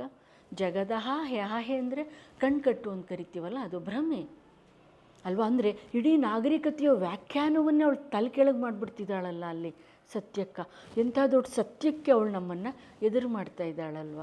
ಅದರಿಂದ ನನಗೆ ವಚನಕಾರ್ತಿಯರ ಜೊತೆಯಲ್ಲಿ ನಾನು ಅಂತಲ್ಲ, ವಚನಕಾರ್ತಿಯರನ್ನು ಓದುವ ಎಲ್ರಿಗೂ ಒಂದು ಆತ್ಮಸಖ್ಯ ಬೆಳೆದು ಬಿಡುತ್ತೆ, ಒಂದು ಜೀವ ಕೊರಳ ಸಖ್ಯ ಅಂತ ಕರಿತೀವಲ್ವ. Every moment of my life ನಾವು ಅವ್ರ ಜೊತೆಯಲ್ಲಿ ಮಾತಾಡ್ಬೋದು, ಅವ್ರ ಜೊತೆಲಿ ಜಗಳ ಆಡ್ಬೋದು, ಇದ್ಯಾಕೆ ಹಿಂಗೆ ಅಂತ ಮಾಡಬಹುದು. ಅದರಿಂದ ನನಗೆ ಅವರೊಂದು ಅದ್ಭುತ ಅಂತ ಅನಿಸುತ್ತೆ. ಈ ಅಕ್ಕನನ್ನು ಕನ್ಸರ್ವೇಟಿವ್ ರೀತಿಯಲ್ಲಿ ನೋಡ್ತಾರೆ. ಅಂದರೆ ಅವಳು ತ್ಯಾಗದ ಪ್ರತಿರೂಪ, ಚೆನ್ನಮಲ್ಲಿಕಾರ್ಜುನ ಹುಡ್ಕೊಂಡು ಹೋದ್ಲು ಅಂತ. ಅಕ್ಕನ ವಚನಗಳ ಆಧಾರದ ಮೇಲೆ ನೊಂದವರ ನೋವ ನೋಯದವರೆತ್ತ ಬಲ್ಲರು ಅನ್ನುವ ಸಾಲುಗಳನ್ನು ಹಿಡ್ಕೊಂಡು ಮಹಿಳೆ ಒಂದು ವೇಳೆ ಅಕ್ಕನನ್ನು ಭಿನ್ನವಾಗಿ ನೋಡುವ ಕ್ರಮ ಏನಾದರೂ ಆರಂಭವಾಗಿದೆಯಾ? ಈಗ ಉದಾಹರಣೆಗೆ ಅಕ್ಕ ಬೆತ್ತಲೆಯಾಗಿದ್ಲು ಅನ್ನೋದನ್ನು ಚಿತ್ರಿಸಲಿಕ್ಕೆ ಅಥವಾ ಅಕ್ಕನನ್ನು ಹಾಗೆ ಪ್ರತಿಷ್ಠಾಪಿಸಲಿಕ್ಕೆ ನಮಗೂ ಯಾಕೋ ಮನಸ್ಸು ಒಪ್ಪಲ್ಲ. ಬಟ್ ಇಲ್ಲಿವರೆಗೂ ನಂಬಿರೋ ಸತ್ಯ ಹಂಗೆ ಹೇಳ್ತದೆ. ಹಾಗಿದ್ದಾಗ ನೀವು ಅಕ್ಕನ ವಚನಗಳ ಆಧಾರದ ಮೇಲೆ ಹೇಗೆ ಅಕ್ಕನನ್ನು ಭಿನ್ನವಾಗಿ ವಿಶ್ಲೇಷಣೆ ಮಾಡಲಿಕ್ಕೆ ಬಯಸ್ತೀರಿ? ನಾನು ಅಕ್ಕನನ್ನು ಭಿನ್ನವಾಗಿ ನೋಡೋದು ಅಂತಂದರೆ, ಆ ಬೆತ್ತಲೆಯ ಪ್ರಶ್ನೆಯನ್ನೇ ತಗೊಂಡ್ರೆ, ಲೋಕ ಅವಳಿಗೆ ಆ ಕೂದಲಿಂದ ದೇಹ ಮುಚ್ಚಿದೆ. ಶೂನ್ಯ ಸಂಪಾದನೆಯ ಪ್ರಸಂಗ ನಿಮಗೆಲ್ರಿಗೂ ಗೊತ್ತಿದೆ. ಕಿನ್ನರಿ ಬೊಮ್ಮಯ್ಯ ಬರ್ತಾನೆ, ಅಲ್ಲಮ್ಮ ಕೇಳ್ತಾನೆ, ಇಟ್ಸ್ ನನ್ನದ್ರದ್ದೇನು ಅಲ್ಲಮ್ಮ ಕೇಳೋದೇನು ಅವಳಿಗೆ ಅಂತಂದರೆ, ನೀನು ಹೀಗೆಲ್ಲ ಗೆದ್ದಿದ್ದೀನಿ ಜಿತೇಂದ್ರಿಯಳು ಅಂತೆಲ್ಲ ಹೇಳ್ತೀಯ, ಮತ್ತು ನೀನು ಯಾಕೆ ಹಿಂಗೆ ದೇಹನ ಮುಚ್ಕೊಂಡು ಬಂದಿದ್ಯಾ ಅಂದಾಗ ಅವಳು ಕೊಡುವ ಉತ್ತರ ಏನು ಅಂದರೆ, ಅಣ್ಣಗಳಿರ ನಿಮಗೆ ಲಜ್ಜೆಯಾಗುವುದೆಂದು, ನಿಮಗೆ ಸಂಕೋಚ ಆಗುತ್ತೆ ಅಂತ ನಾನು ಮುಚ್ಕೊಂಡಿದ್ದೀನಿ, ನನಗೇನು ಪ್ರಾಬ್ಲಮ್ ಇಲ್ಲ ಅನ್ನುವ ಉತ್ತರವನ್ನು ಅವಳು ಕೊಡೋದಿದೆ. ಮತ್ತು ಕಿನ್ನರಿ ಬೊಮ್ಮಯ್ಯ ಅವಳ ಗುಹ್ಯಾಂಗಕ್ಕೆ ಕೈ ಹಾಕಿ ನೋಡಿ ಅಲ್ಲಿ ಭಸ್ಮ ಸಿಕ್ತು ಅಂತೆಲ್ಲ ಹೇಳೋದಿದೆಯಲ್ವ. ಇದನ್ನೆಲ್ಲ ನೋಡಿದ್ರೆ ಈ ಗಂಡಾಳಿಕೆ ಎಷ್ಟು ಕ್ರೂರ. ಅಲ್ಲ, ಶೂನ್ಯ ಸಂಪಾದನೆಯಲ್ಲಿ ಅತಿರೇಕ ಯಾಕೆ ಇರಬಾರ್ದು ಮೇಡಮ್? ಅತಿರೇಕ ಒಂದೇ ಅಲ್ಲ, ಅದ್ರಲ್ಲಿ ಕನ್ಸ್ಟ್ರಕ್ಟು ಇದೆ, ನಾನು ಅದನ್ನೇನು ಇಲ್ಲ ಅಂತ ಹೇಳ್ತಿಲ್ಲ. ಆದರೆ ಆ ಕನ್ಸ್ಟ್ರಕ್ಟು ಪೇಟ್ರಿಯಾರ್ಕಿಗೆ ಹೊರತಾಗಿಲ್ಲ. ಅದೆಲ್ಲ ಅಸಹ್ಯಕರವಾದ ಪರೀಕ್ಷೆ, ಅಸಹ್ಯಕರವಾದದ್ದು. ಆದರೆ ಆ ಅಸಹ್ಯಕರವಾದದ್ದು ಈಗಲೂ ನಡೀತಾ ಇದ್ದಾವಲ್ಲ. ಅಸಹ್ಯಕರವಾದ ಪರೀಕ್ಷೆಯಲ್ಲಿ ಗೆದ್ಲು ಅಕ್ಕ ಅನ್ನೋದನ್ನು ಬಿಟ್ಟರೆ, ಗೆದ್ಲು ಅನ್ನೋದು ಬೇರೆ. ಮತ್ತು ತಪರಾಕಿ ಹಾಗೆ ಅವಳು ಉತ್ತರ ಕೊಟ್ಟಿದ್ದು, ನಿಮಗೆ ನಾಚಿಕೆ ಆಗುತ್ತೆ ಅಂತಾನೆ ಅವಳು ಹೇಳಿದ್ರು. ಯಾಕೆಂದ್ರೆ ನಿಮಗೆ ನಿಮ್ಮ ಮೇಲೆ ನಿಯಂತ್ರಣ ಇಲ್ಲ, ನನಗೆ ನನ್ನ ಮೇಲೆ ನಿಯಂತ್ರಣ ಇದೆ ಅಂತ ಅವಳು ಕೊಡುವ ಉತ್ತರ. ಇವೆಲ್ಲ ಏನನ್ನು ಹೇಳುತ್ತೆ ಅಂತಂದರೆ, ಭಿನ್ನವಾಗಬೇಕು ಅಂತ ಹೊರಡುವ ಹೆಣ್ಣಿನ ಪ್ರಯತ್ನ ಇದೆಯಲ್ಲ, ಅದು ಭಿನ್ನ ಅಂತ ನಾನು ಕರೆಯಲ್ಲ. ಹೆಣ್ಣು ತನ್ನ ಸ್ವಂತದ ಒಂದು ಇದನ್ನು ಮಾಡ್ಕೊಳ್ಳೋದಿದೆಯಲ್ಲ, ಅಂದರೆ ತಾನು ಹೇಗಿದ್ದೀನೋ ಹಾಗೆ ತನ್ನನ್ನು ತಾನು ಕಂಡುಕೊಳ್ಳೋದಿದೆಯಲ್ಲ, ಆ ಸ್ವಕಾಣಿಕೆಯನ್ನೇ ಲೋಕ ಭಿನ್ನ ಅಂತ ನೋಡುತ್ತೆ ಅಲ್ವಾ. ಆ ಸ್ವಕಾಣಿಕೆಯ ಬಗೆಗೆ ಅದಕ್ಕೆ ಎಂಥ ಪ್ರಾಬ್ಲಮ್ ಇದೆ ಅಂತಂದರೆ, ಅದರಿಂದಲೇ ಅದು ಫಸ್ಟು ಅವಳನ್ನು ಕೂದಲಿಂದ ಮುಚ್ಚಿಬಿಡುತ್ತೆ. ಅದು ಒಂದು ಕ್ರಿಯೇಷನ್ ಇರ್ಬೋದಲ್ಲ? ಖಂಡಿತ, ಇಟ್ಸ್ ಎ ಕನ್ಸ್ಟ್ರಕ್ಟ್. ಮತ್ತು ಹೆಣ್ಣನ್ನು ಕಟ್ಟೆಯ ಕಲ್ಲು ಕಟ್ಟೆಗೆ ಕೂರೋದು ಅಂತಾರಲ್ಲ ಉತ್ತರ ಕರ್ನಾಟಕದಲ್ಲಿ, ಹಾಗೆ. ಅಂದರೆ ಅವಳೇನೋ ಒಂದು ಸ್ವಲ್ಪ ಆ ಕಡೆಗೆ ಹೋಗಿದ್ರೆ ಕರ್ಕೊಂಬಂದಿಲ್ಲಿ ಕೂರಿಸ್ಬಿಟ್ರೆ ಅವರಿಗೆ ದೇ ಆರ್ ಸೇಫ್. ಗಂಡಾಳಿಕೆ ಯಥಾಸ್ಥಿತಿಯನ್ನು ಮುಂದುವರಿಸೋದಕ್ಕೆ ಏನು ಬೇಕೋ ಅದನ್ನು ಮಾಡ್ಬೋದಲ್ವಾ ಅಂತಲೇ ಅದು ಯೋಚನೆ ಮಾಡಿ. ಹಾಗಂದ್ರೆ ನಿಜವಾದ ವ್ಯಕ್ತಿತ್ವವನ್ನು ಕಂಡುಹಿಡಿಯೋದಾಗಲಿ ಅದನ್ನು ಜಗತ್ತಿಗೆ ತೋರಿಸೋದಾಗಲಿ ಮಾರ್ಗ ಏನು? ಅಕ್ಕನನ್ನು ಗಂಡಾಳಿಕೆ ಇದರಿಂದ ಮೊದಲು ಅವಳನ್ನು ಹೊರಗೆ ತರಬೇಕು. ನಾನು ಅಕ್ಮಹಾದೇವಿ ಮೇಲೆ ಒಂದು ಅಧ್ಯಯನ ಮಾಡ್ತೀನಿ, ಬಲ್ಲವರು ತರಬೇಕು ಅದನ್ನು. ಖಂಡಿತ. ಮತ್ತೆ ಗಂಡಾಳಿಕೆ ಕೊಟ್ಟರೆ ಅವರು ತಮಗೆ ಬೇಕಾದಾಗ ಚಿತ್ರಿಸ್ತಾರೆ, ಅವಳಿಗೆ ಸೀರೆನ ಉಡಿಸ್ಬೋದು ನಾಳೆ, ಇನ್ನು ಏನೋ ಚಿತ್ರ. ಅಷ್ಟೇ ಅಲ್ಲ, ಒಂದು ವಿಲಕ್ಷಣವಾದ ವ್ಯಾಖ್ಯಾನ ಓದಿದ್ದೆ ನಾನು. ಏನದರ ವ್ಯಾಖ್ಯಾನ ಅಂತಂದರೆ, ಅದು ಹೇಳುತ್ತೆ, ಅದು ಯಾಕೆ ಅಕ್ಮಹಾದೇವಿ ಕೂದಲಿಂದ ಮುಚ್ಕೊಂಡಿದ್ಲಂತೆ ಅಂದರೆ ಲೋಕ ಕಲ್ಯಾಣಕ್ಕಾಗಿ ಕೂದಲಿಂದ ದೇಹ ಮುಚ್ಕೊಂಡಿದ್ಲು ಅಂತ ಹೇಳುತ್ತೆ. ಇಂಥ ಎಲ್ಲ ಕನ್ಸ್ಟ್ರಕ್ಟ್ಗಳಿಂದ ಹೆಣ್ಣನ್ನು ಹೊರಗೆ ತರಬೇಕು. ಯಾವುದನ್ನು ಸತ್ಯಕ್ಕೆ ಜಗದ ಹಾಹೆ ಅಂತ ಕರಿತಾಳೋ ಆ ಜಗದ ಹಾಹೆಯಿಂದ ನಾವು ಹೊರಗೆ ತರಬೇಕು. ನಿರಂತರವಾಗಿ ನಾವೆಲ್ಲರೂ ಮಾಡ್ತಿರೋದು ಇಂಥದ್ದೇ ಪ್ರಯತ್ನ ಅಂತ ನಾನು ತಿಳ್ಕೊಂಡಿದ್ದೀನಿ. ಹಾಗಿದ್ರೆ ವಾಸ್ತವಾಂಶ ಅಕ್ಕನ ವ್ಯಕ್ತಿತ್ವದ ಬಗ್ಗೆ ಕೊಡುವಂಥ ಪ್ರಯತ್ನ ನಡೆದಾಗ ಈ ಕನ್ಸರ್ವೇಟಿವ್ ಮನಸ್ಥಿತಿಯವರು ಏನೇ ಕಮೆಂಟ್ ಮಾಡಿದ್ರು ಅದನ್ನು ದಕ್ಕಿಸಿಕೊಂಡು ಅಕ್ಕನನ್ನು ಕಟ್ಟಿಕೊಡುವ ಪ್ರಯತ್ನ ಮಾಡಬಹುದಾ? ತಮ್ಮಂಥ ವಿಮರ್ಶಕರಿಂದ ಮಾಡ್ತಾನೆ ಇದ್ದೀವಿ. ವಚನಗಳನ್ನು ಆಧರಿಸಿ ನಾ ಹೇಳೋದು, ಶೂನ್ಯ ಸಂಪಾದನೆಯ ಸಾಕ್ಷಿ ನಮಗೆ ಮುಖ್ಯ ಅಲ್ಲ. ಶೂನ್ಯ ಸಂಪಾದನೆ ಅಲ್ವೇ ನಮಗೆ ಸಾಕ್ಷಿ ಆಗೋದು. ನಾನು ಅಕ್ಕನ ವಚನಗಳು ಮತ್ತು ಅಕ್ಕನನ್ನು ಕುರಿತ ಇತರ ವಚನಗಳು ಅವನ್ನೆಲ್ಲ ಇಟ್ಕೊಂಡು ನಾವು ಮಾಡ್ತಾ ಇರುವ ಪ್ರಯತ್ನ ನಿರಂತರವಾಗಿದ್ದೇನೆ.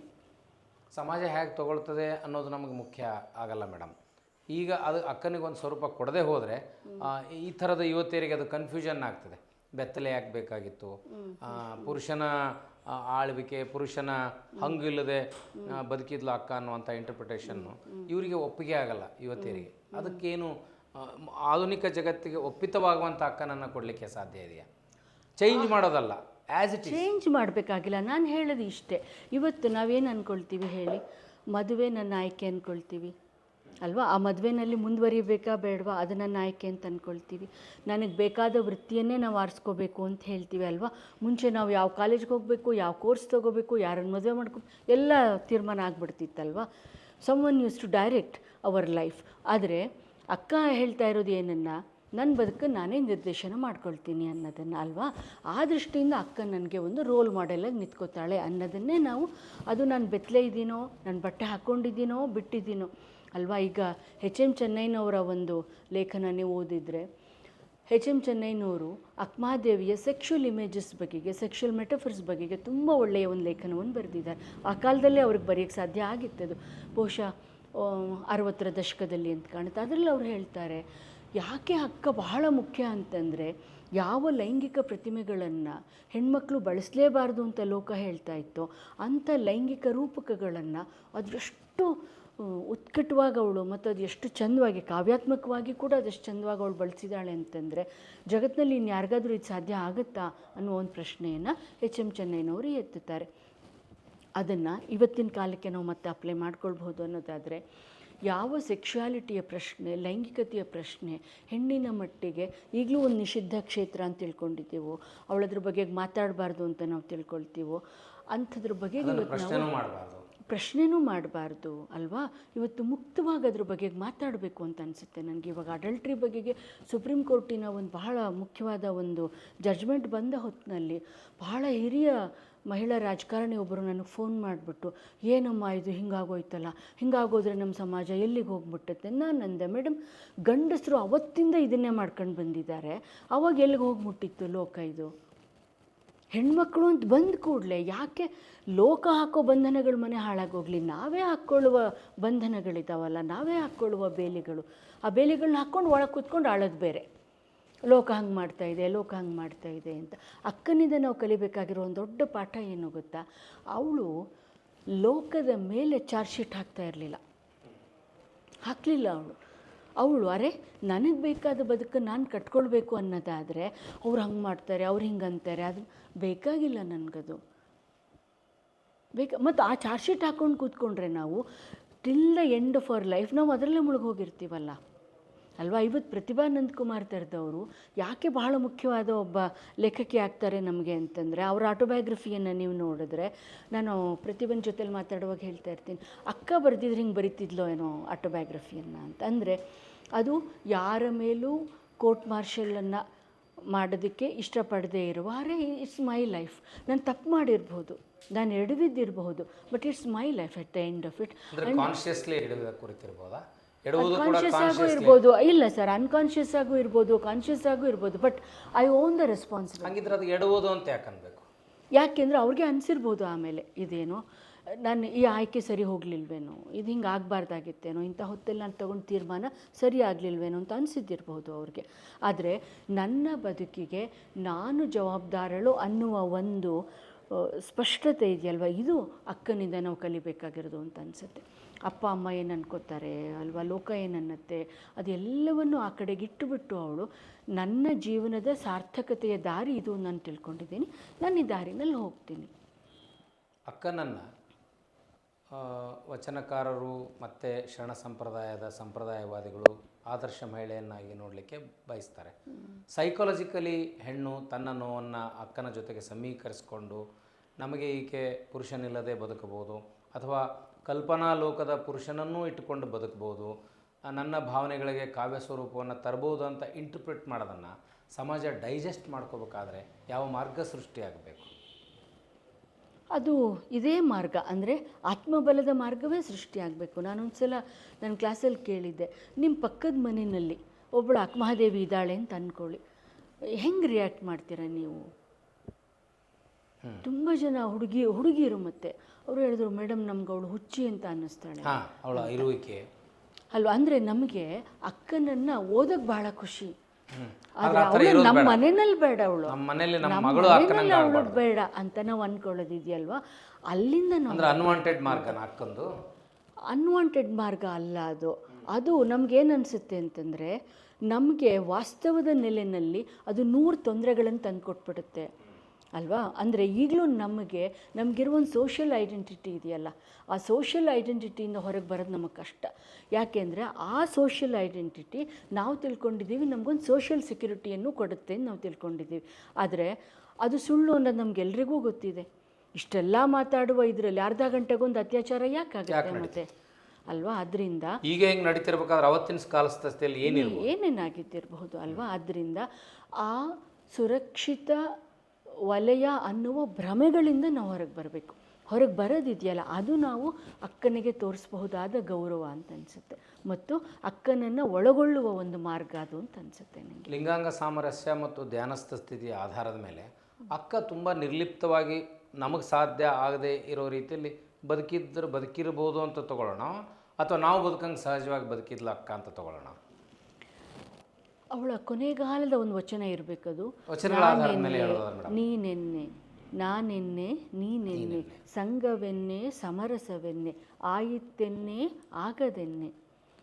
ಈ ವಚನ ಬಹುಶಃ ಅವಳ ಕೊನೆಗಾಲದ ವಚನ ಅಂತ ನನಗೆ ಯಾಕೆ ಅನ್ನಿಸ್ತಿದೆ ಅಂತಂದರೆ, ಅವಳು ಚನ್ನಮಲ್ಲಿಕಾರ್ಜುನನನ್ನು ತನ್ನ ಒಳಗೆ ಹಂಗೆ ತಂದ್ಕೊಂಬಿಟ್ಟಿದ್ಲು ಅಲ್ವಾ. ಒಂದು ನಿಜವಾದ ಸಂಬಂಧದಲ್ಲಿ ಅದು ಸಾಧ್ಯ ಆಗುತ್ತೆ, ಯಾವುದನ್ನು ನಾವು ಅರ್ಧನಾರೀಶ್ವರ ಪರಿಕಲ್ಪನೆಯಲ್ಲಿ ಕರಿತೀವೋ ಅಂಥದ್ದೊಂದು ಮಾನಸಿಕವಾದ ಸ್ಥಿತಿಯನ್ನು, ಆ ಎತ್ತರವನ್ನು ಬಹುಶಃ ಅವಳು ಸಿದ್ಧಿಸ್ಕೊಂಡಿದ್ದಿರಬೇಕು ಅಂತ ಕಾಣುತ್ತೆ. ಅದರಿಂದ ಅದನ್ನು ನಿರ್ಲಿಪ್ತತೆ ಅಂತ ಕರೆಯಲ್ಲ, ನಾನು ಅದನ್ನು ಒಂದು ಅಪೂರ್ವ ಸಾಂಗತ್ಯ ಅಂತ ಕರಿತೀನಿ. ಒಂದು ಅವಿನಾಭಾವದಲ್ಲಿ ಚನ್ನಮಲ್ಲಿಕಾರ್ಜುನನ ಅವಳು ಹೆಂಗೆ ಒಳಗೊಂಡಿದ್ದಾಳೆ ಅಂತಂದರೆ, ಅವನು ಅವಳಿಂದ ಹೊರಗಿಲ್ಲ, ಒಳಗೇ ಇದ್ದಾನವನು ಅಲ್ವಾ. ಅಂಥ ಸ್ಥಿತಿ ತಲುಪೋದು ಗಂಡು ಹೆಣ್ಣಿನ ಸಂಬಂಧ ಪಡೆಯಬಹುದಾದ ಒಂದು ಸಿದ್ಧಿಯ ನೆಲೆ.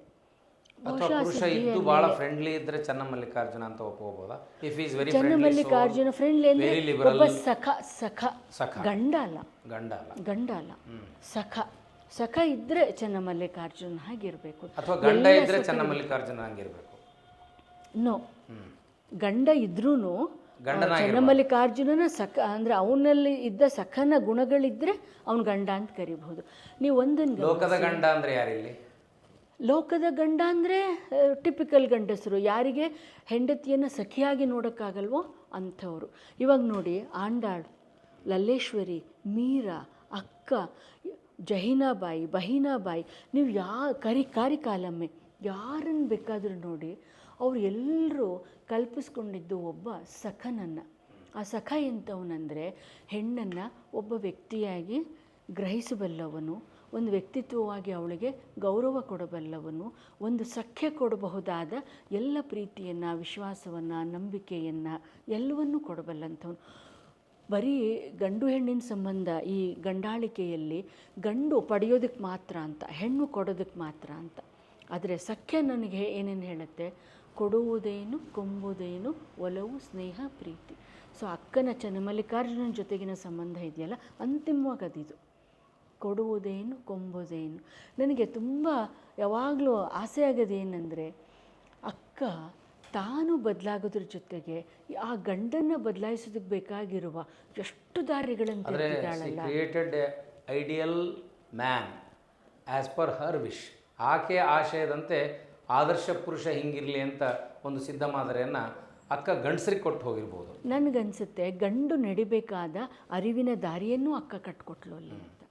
ಅದಕ್ಕೆ ಅಕ್ಕನ ಒಂದು ವಚನ ಎಲ್ಲರ ವಚನಗಿಂತಲೂ ಶ್ರೇಷ್ಠ ಅಂತ ಆ ಸಮಕಾಲೀನ ಶರಣರೇ ಒಪ್ಪೋದು ಅದೇ ಕಾರಣಕ್ಕಿರ್ಬೋದು. ಖಂಡಿತ ಹೌದು. ಈಗ ಅಕ್ಕನನ್ನು ಕನ್ಸರ್ವೇಟಿವ್ ಮನಸ್ಥಿತಿ ಇರುವಂಥರ ಚಿತ್ರಿಸಿದರೆ ವೀಣಾ ಬನ್ನಂಜಿಯವರು ಇನ್ನೊಂದು ರೀತಿಯಲ್ಲಿ ಇಂಟರ್ಪ್ರಿಟ್ ಮಾಡ್ತಾರೆ.